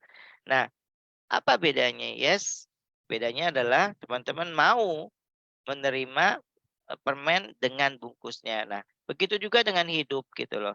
Setiap persoalan teman-teman, itu seperti layaknya kita menerima sebuah permen dalam bungkusnya. Bahwa kita menghadapi ya, apa itu bungkusnya? Bungkusnya adalah persoalan gitu, persoalan-persoalan yang ada hadir di hidup kita ini saat ini. Itulah bungkusnya. Nah, kadang kala kan kita gini, kita mau permennya tapi kita nggak mau bungkusnya gitu loh. Kita mau hadiahnya, coklat itu adalah kenikmatan yang akan kita terima ya. Kita mau nikmatnya tapi kita nggak mau terima bungkusnya gitu loh. Kan nggak bisa ya kan? Nggak aci gitu kalau kata orang-orang Betawi bilang gitu ya. Nah, itulah, manusia. Nah, yang diajarkan dalam konsep, jurus di Magnet Rezeki, gimana kita bersyukur pada tumbukan pertama gitu loh. Kita mau menerima, permen berikut dengan bungkusnya. Kita mau membukanya dengan baik-baik, bungkusnya kita terima, kita buang di tempat sampah yang benar gitu ya, bungkus permen ini, lalu kita makan dengan nikmat bungkusnya. Nah, Dokter Kris tadi menerima bungkusnya satu paket gitu ya, nggak bersamaan sih ya, tapi setelah beliau dengan tenang ya, saya terus terang aja Dok, saya belum bisa kayak dokter tuh kali ya, yang masih apa ya, yang tenang banget. Aduh, saya ngedengernya aja tadi udah ini gitu ya, udah mellow gitu ya kan, apalagi saya yang nerima kejadiannya gitu ya. Tapi dokter dengan tenangnya percaya, nah ini saya bilang tadi, yakin gitu loh. Yakin bahwa pasti ada pertolongan Allah. Fa inna ma'al usri yusran, innamal usri yusran. Bahwa bersama dengan, persoalan, apa gimana gimana tuh? Kesulitan ada kemudahan. Bersama kesulitan ada kemudahan, Lelah bersama ya? kesulitan ada kemudahan. Fa Ya. innamal usri yusran, innamal usri yusra. Jadi kalau kita yakin gitu ya, yakin saya yakin ya, dan alhamdulillahnya dokter berhasil juga mendidik keluarganya untuk bisa menerima bersama-sama gitu Dok. Karena sorry banget, kadang kan gini ya Dok ya, kadang kita nih kuat Dok, iya kan? Tapi pasangan kita nggak kuat gitu ya kan, anak-anak kita nggak kuat gitu kan. Eee, begitu oke kita menghadapi kejadian gini, masih ada, mobil nih kita jual ya, nangis rame-rame gitu kan. Kan bisa jadi kayak gitu kan, Dok, ya.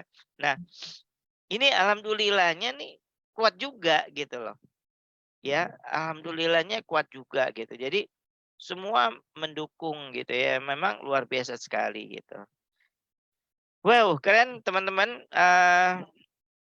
ini ada pertanyaan, Dok, saya baca tadi sekilas cuman saya rangkum aja, eee "Kenapa sih Dok?" katanya gitu. "Apa iya musti begitu? Apa iya, eee, kalau mau dapat bungkus permen, mau dapat, permen yang Iya. enak itu persoalannya juga mesti gede?" gitu katanya Dok.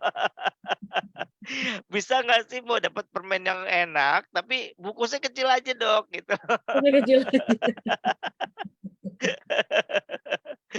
Gimana Dok?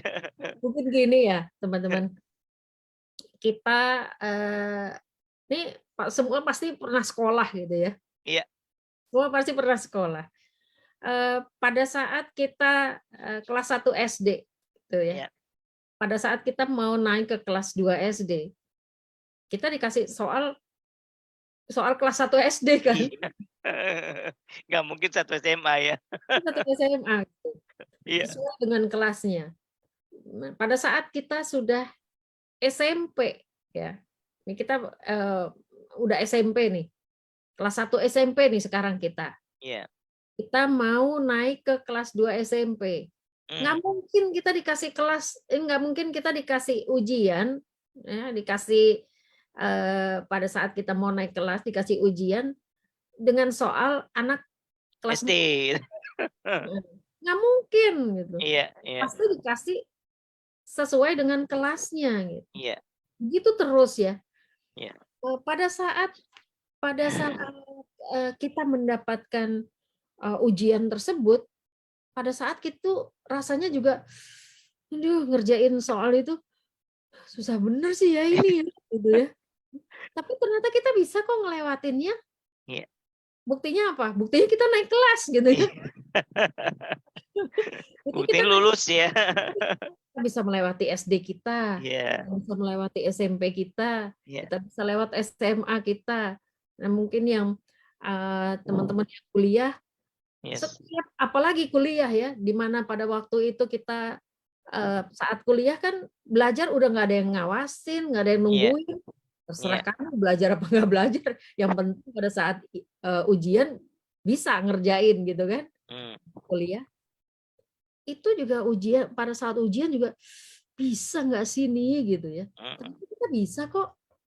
Buktinya apa? Buktinya sampai selesai sarjana kan gitu. Begitu juga Allah pada saat kasih kita ujian itu pasti sesuai dengan kemampuannya pada saat itu.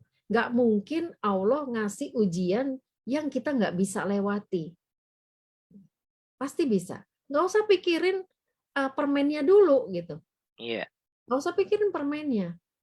Tapi kita terima dulu ujiannya dan kita jalani sebaik mungkin apa yang Allah mau.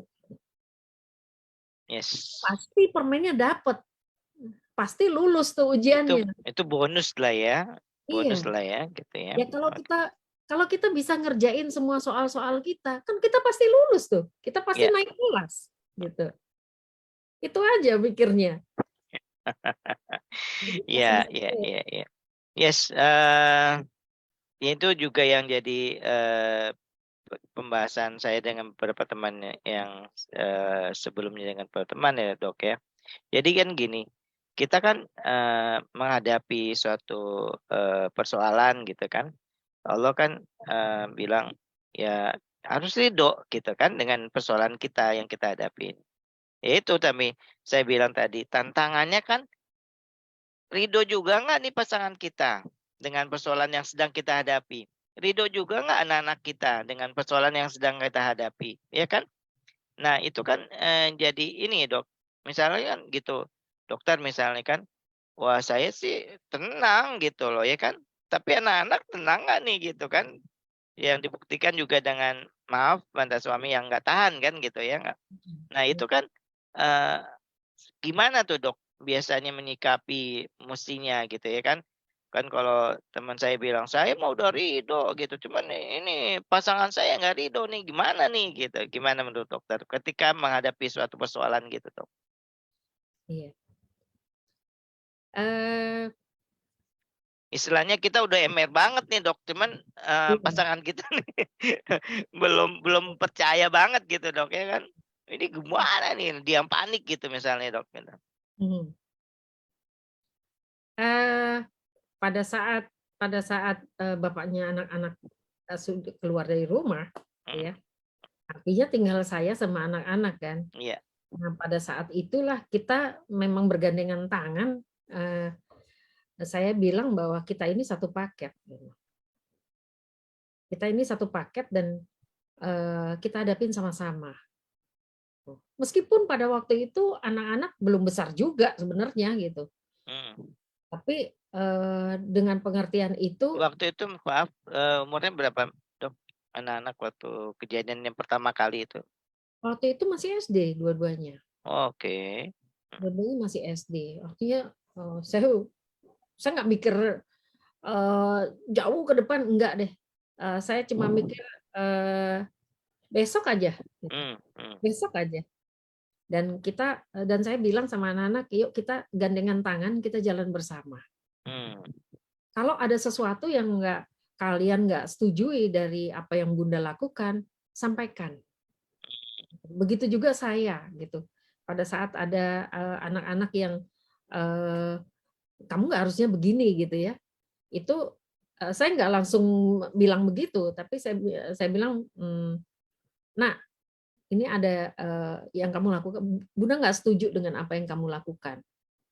Terus saya kasih alasannya gitu. Itu saya membiasakan anak-anak untuk seperti itu gitu. Akhirnya kita jadi kayak satu paket gitu. Iya, iya, iya. Menghadapi apapun, menghadapi yang Allah kasih, ujian-ujian yang Allah kasih, ya kita ngadepinnya satu paket. Ya, Semuanya. jadi perlu keterbukaan ya, Dok ya. Ya, perlu Perlu keterbukaan. keterbukaan. Oke, mungkin pada awal-awalnya mungkin kaget lah kali ya, gitu ya kan. Tapi Iya, itu harus kita sampaikan ya, Dok ya, betul, sehingga bisa betul. Dan benar-benar ini ya, kita nggak bisa nganggep anak kita itu nggak eh, ngerti gitu ya. iya, dia Hmm, bisa kok bisa berpikir, kok. Hmm, bisa berpikir dengan batasannya dia sesuai iya, dengan usianya gitu. jangan underestimate jadi berarti sama anak kita juga ya. Hmm, Berarti dia nggak ngerti gitu, ngerti. Dan itu bisa kita rangkul sama-sama selama kita masih tinggal dalam satu rumah hmm, gitu ya, dalam satu keluarga, ya kita harus hadapin itu satu paket. iya, iya, iya. Dok, izin ini ada pertanyaan, Dok. Eh, Allah mengatakan bahwa ujian diberikan sesuai dengan kemampuan makhluknya. Tapi ada orang yang tidak mampu menghadapi ujian. Mohon maaf sampai ada yang bunuh diri misalnya. Mohon penjelasannya, Dok.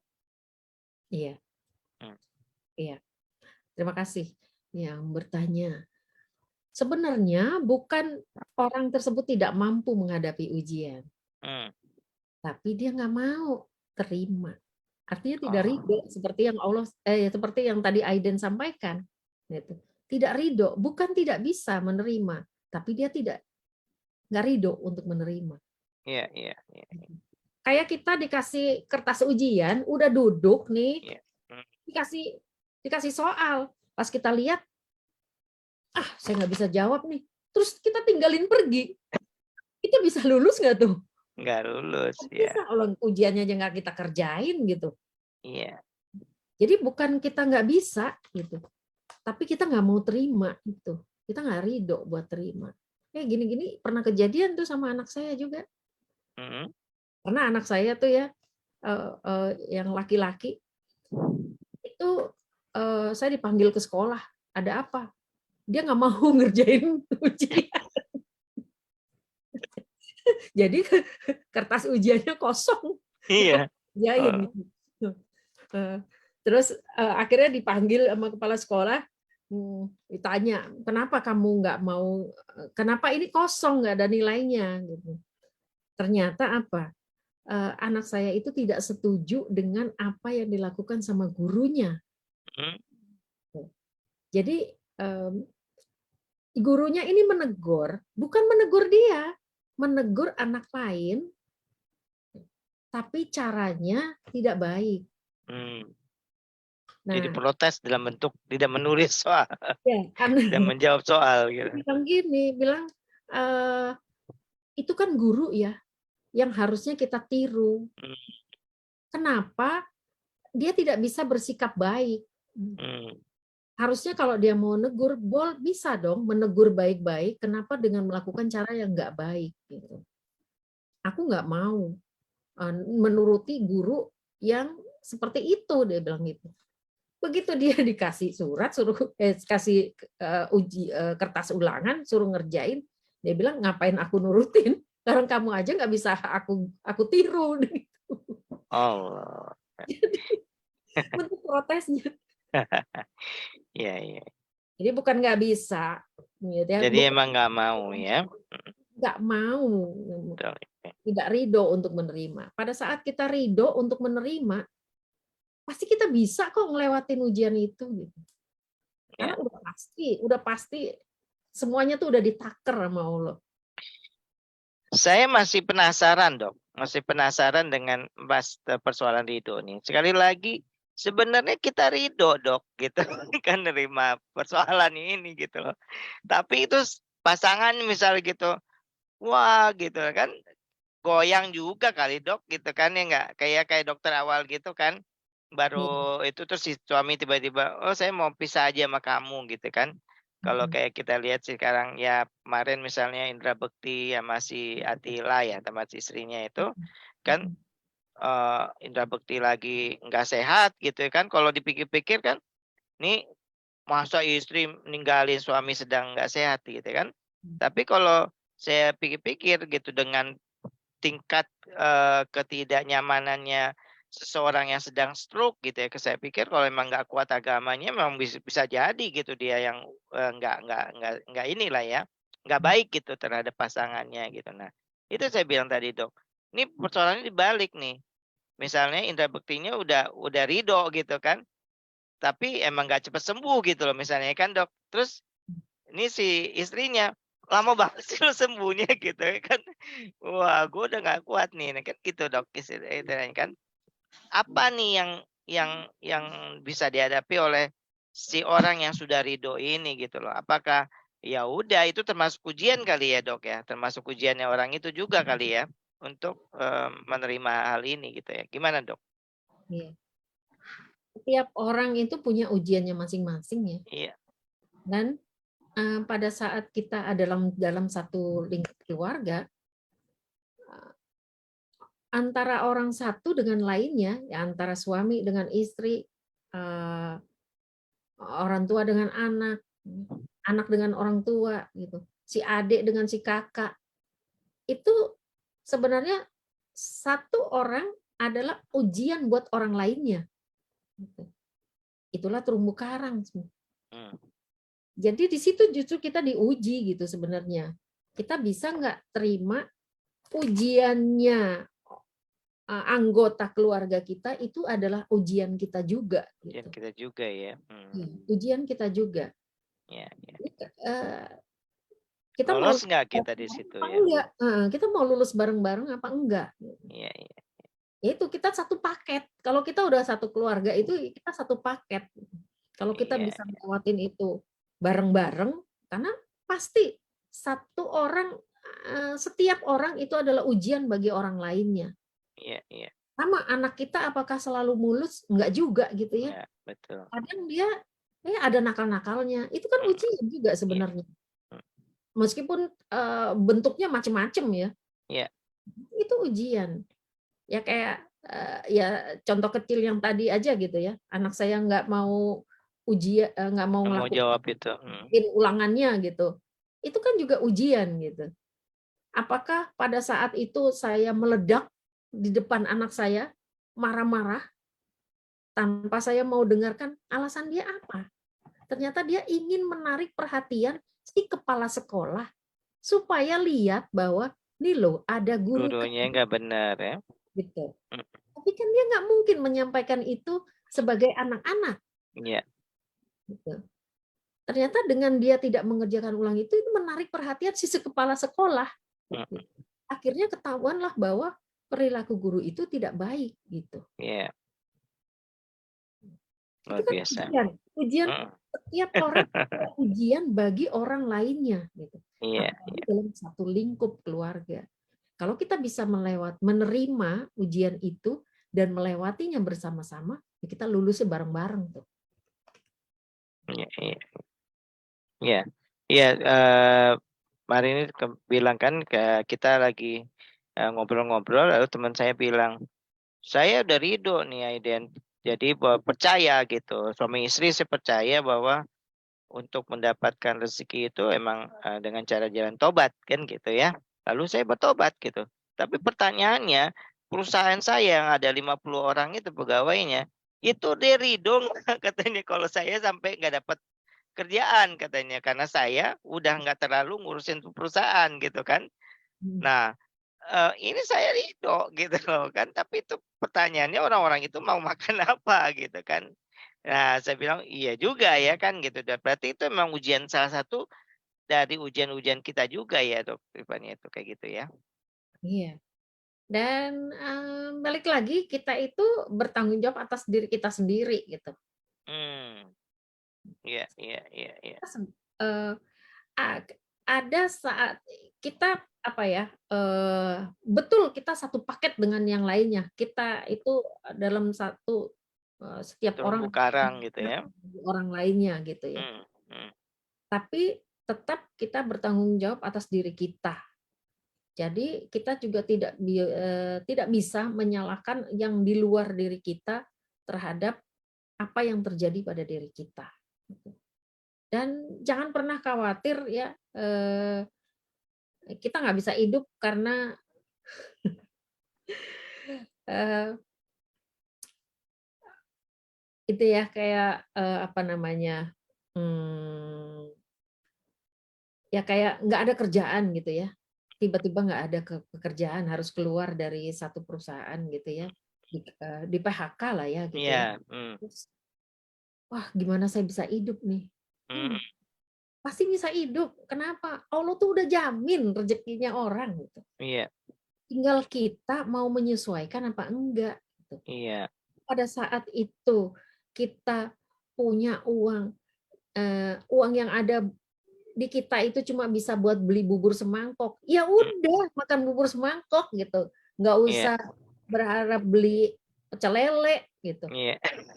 Itu loh Nah ini Mas. nih dok, ini kayak gini kan sering saya dengar juga, saya ngadu. Nah, saya kan sering ngadu. Saya lagi di PHK nih katanya gitu kan ayah katanya. Terus saya ridho gitu. Nah, terus tapi istri saya nggak ridho gitu kan. Lu gimana sih lu gitu. Nah, akhirnya pusing nih kepala saya, nggak nyaman nih kepala saya nih gitu kan. Nah itu gimana tuh?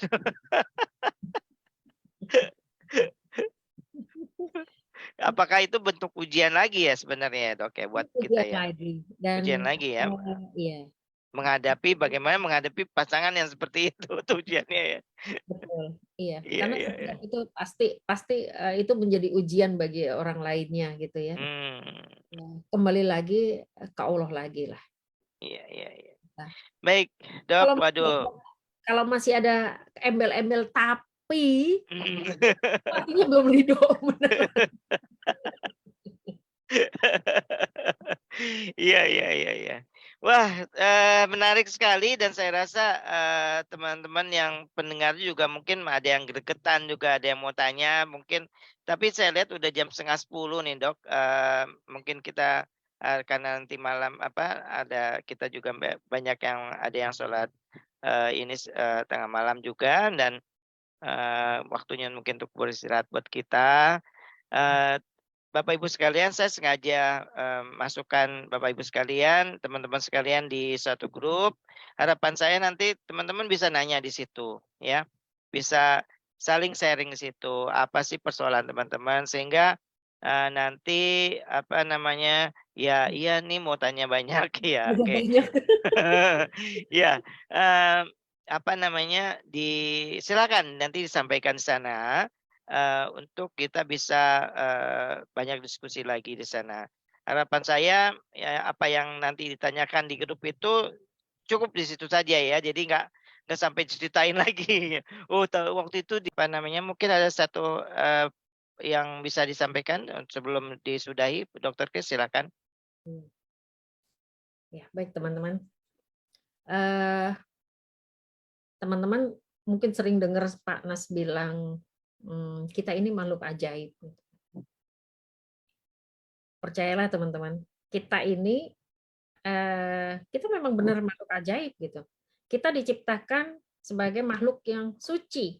Pada saat kita lahir, kita tuh, bayi bersih, suci, ya. Pada saat kita kembali nanti ke Allah, Allah juga ingin kita kembali dengan suci lagi. Nah, Allah beri perjalanan kita naik turun dengan segala macam ujiannya, itu bukan karena Allah nggak sayang sama kita, justru karena Allah sayang sama kita. Allah pingin kita kembali lagi itu sama sucinya seperti pada saat kita diciptakan. Yakin aja ya bahwa Allah itu, kita memang harus memupuk keyakinan itu. Nah, bukan Allah ingin melihat kita susah, tidak, tapi Allah ingin membersihkan kita kembali lagi dengan bersih. Karena Allah nggak ingin kita susah. Jadi lebih baik susahnya kita itu di sini gitu, di dunia ini. Pada saat kita kembali ke Allah tuh kita udah tinggal menikmati permennya aja ya. Jadi yuk yakin terus dan ayo teman-teman, sekalipun mungkin sudah kenal ilmu MR, tapi cas lagi, cas lagi, cas lagi. Kenapa? Karena itulah memang yang namanya iman kita itu memang selalu diuji sama Allah.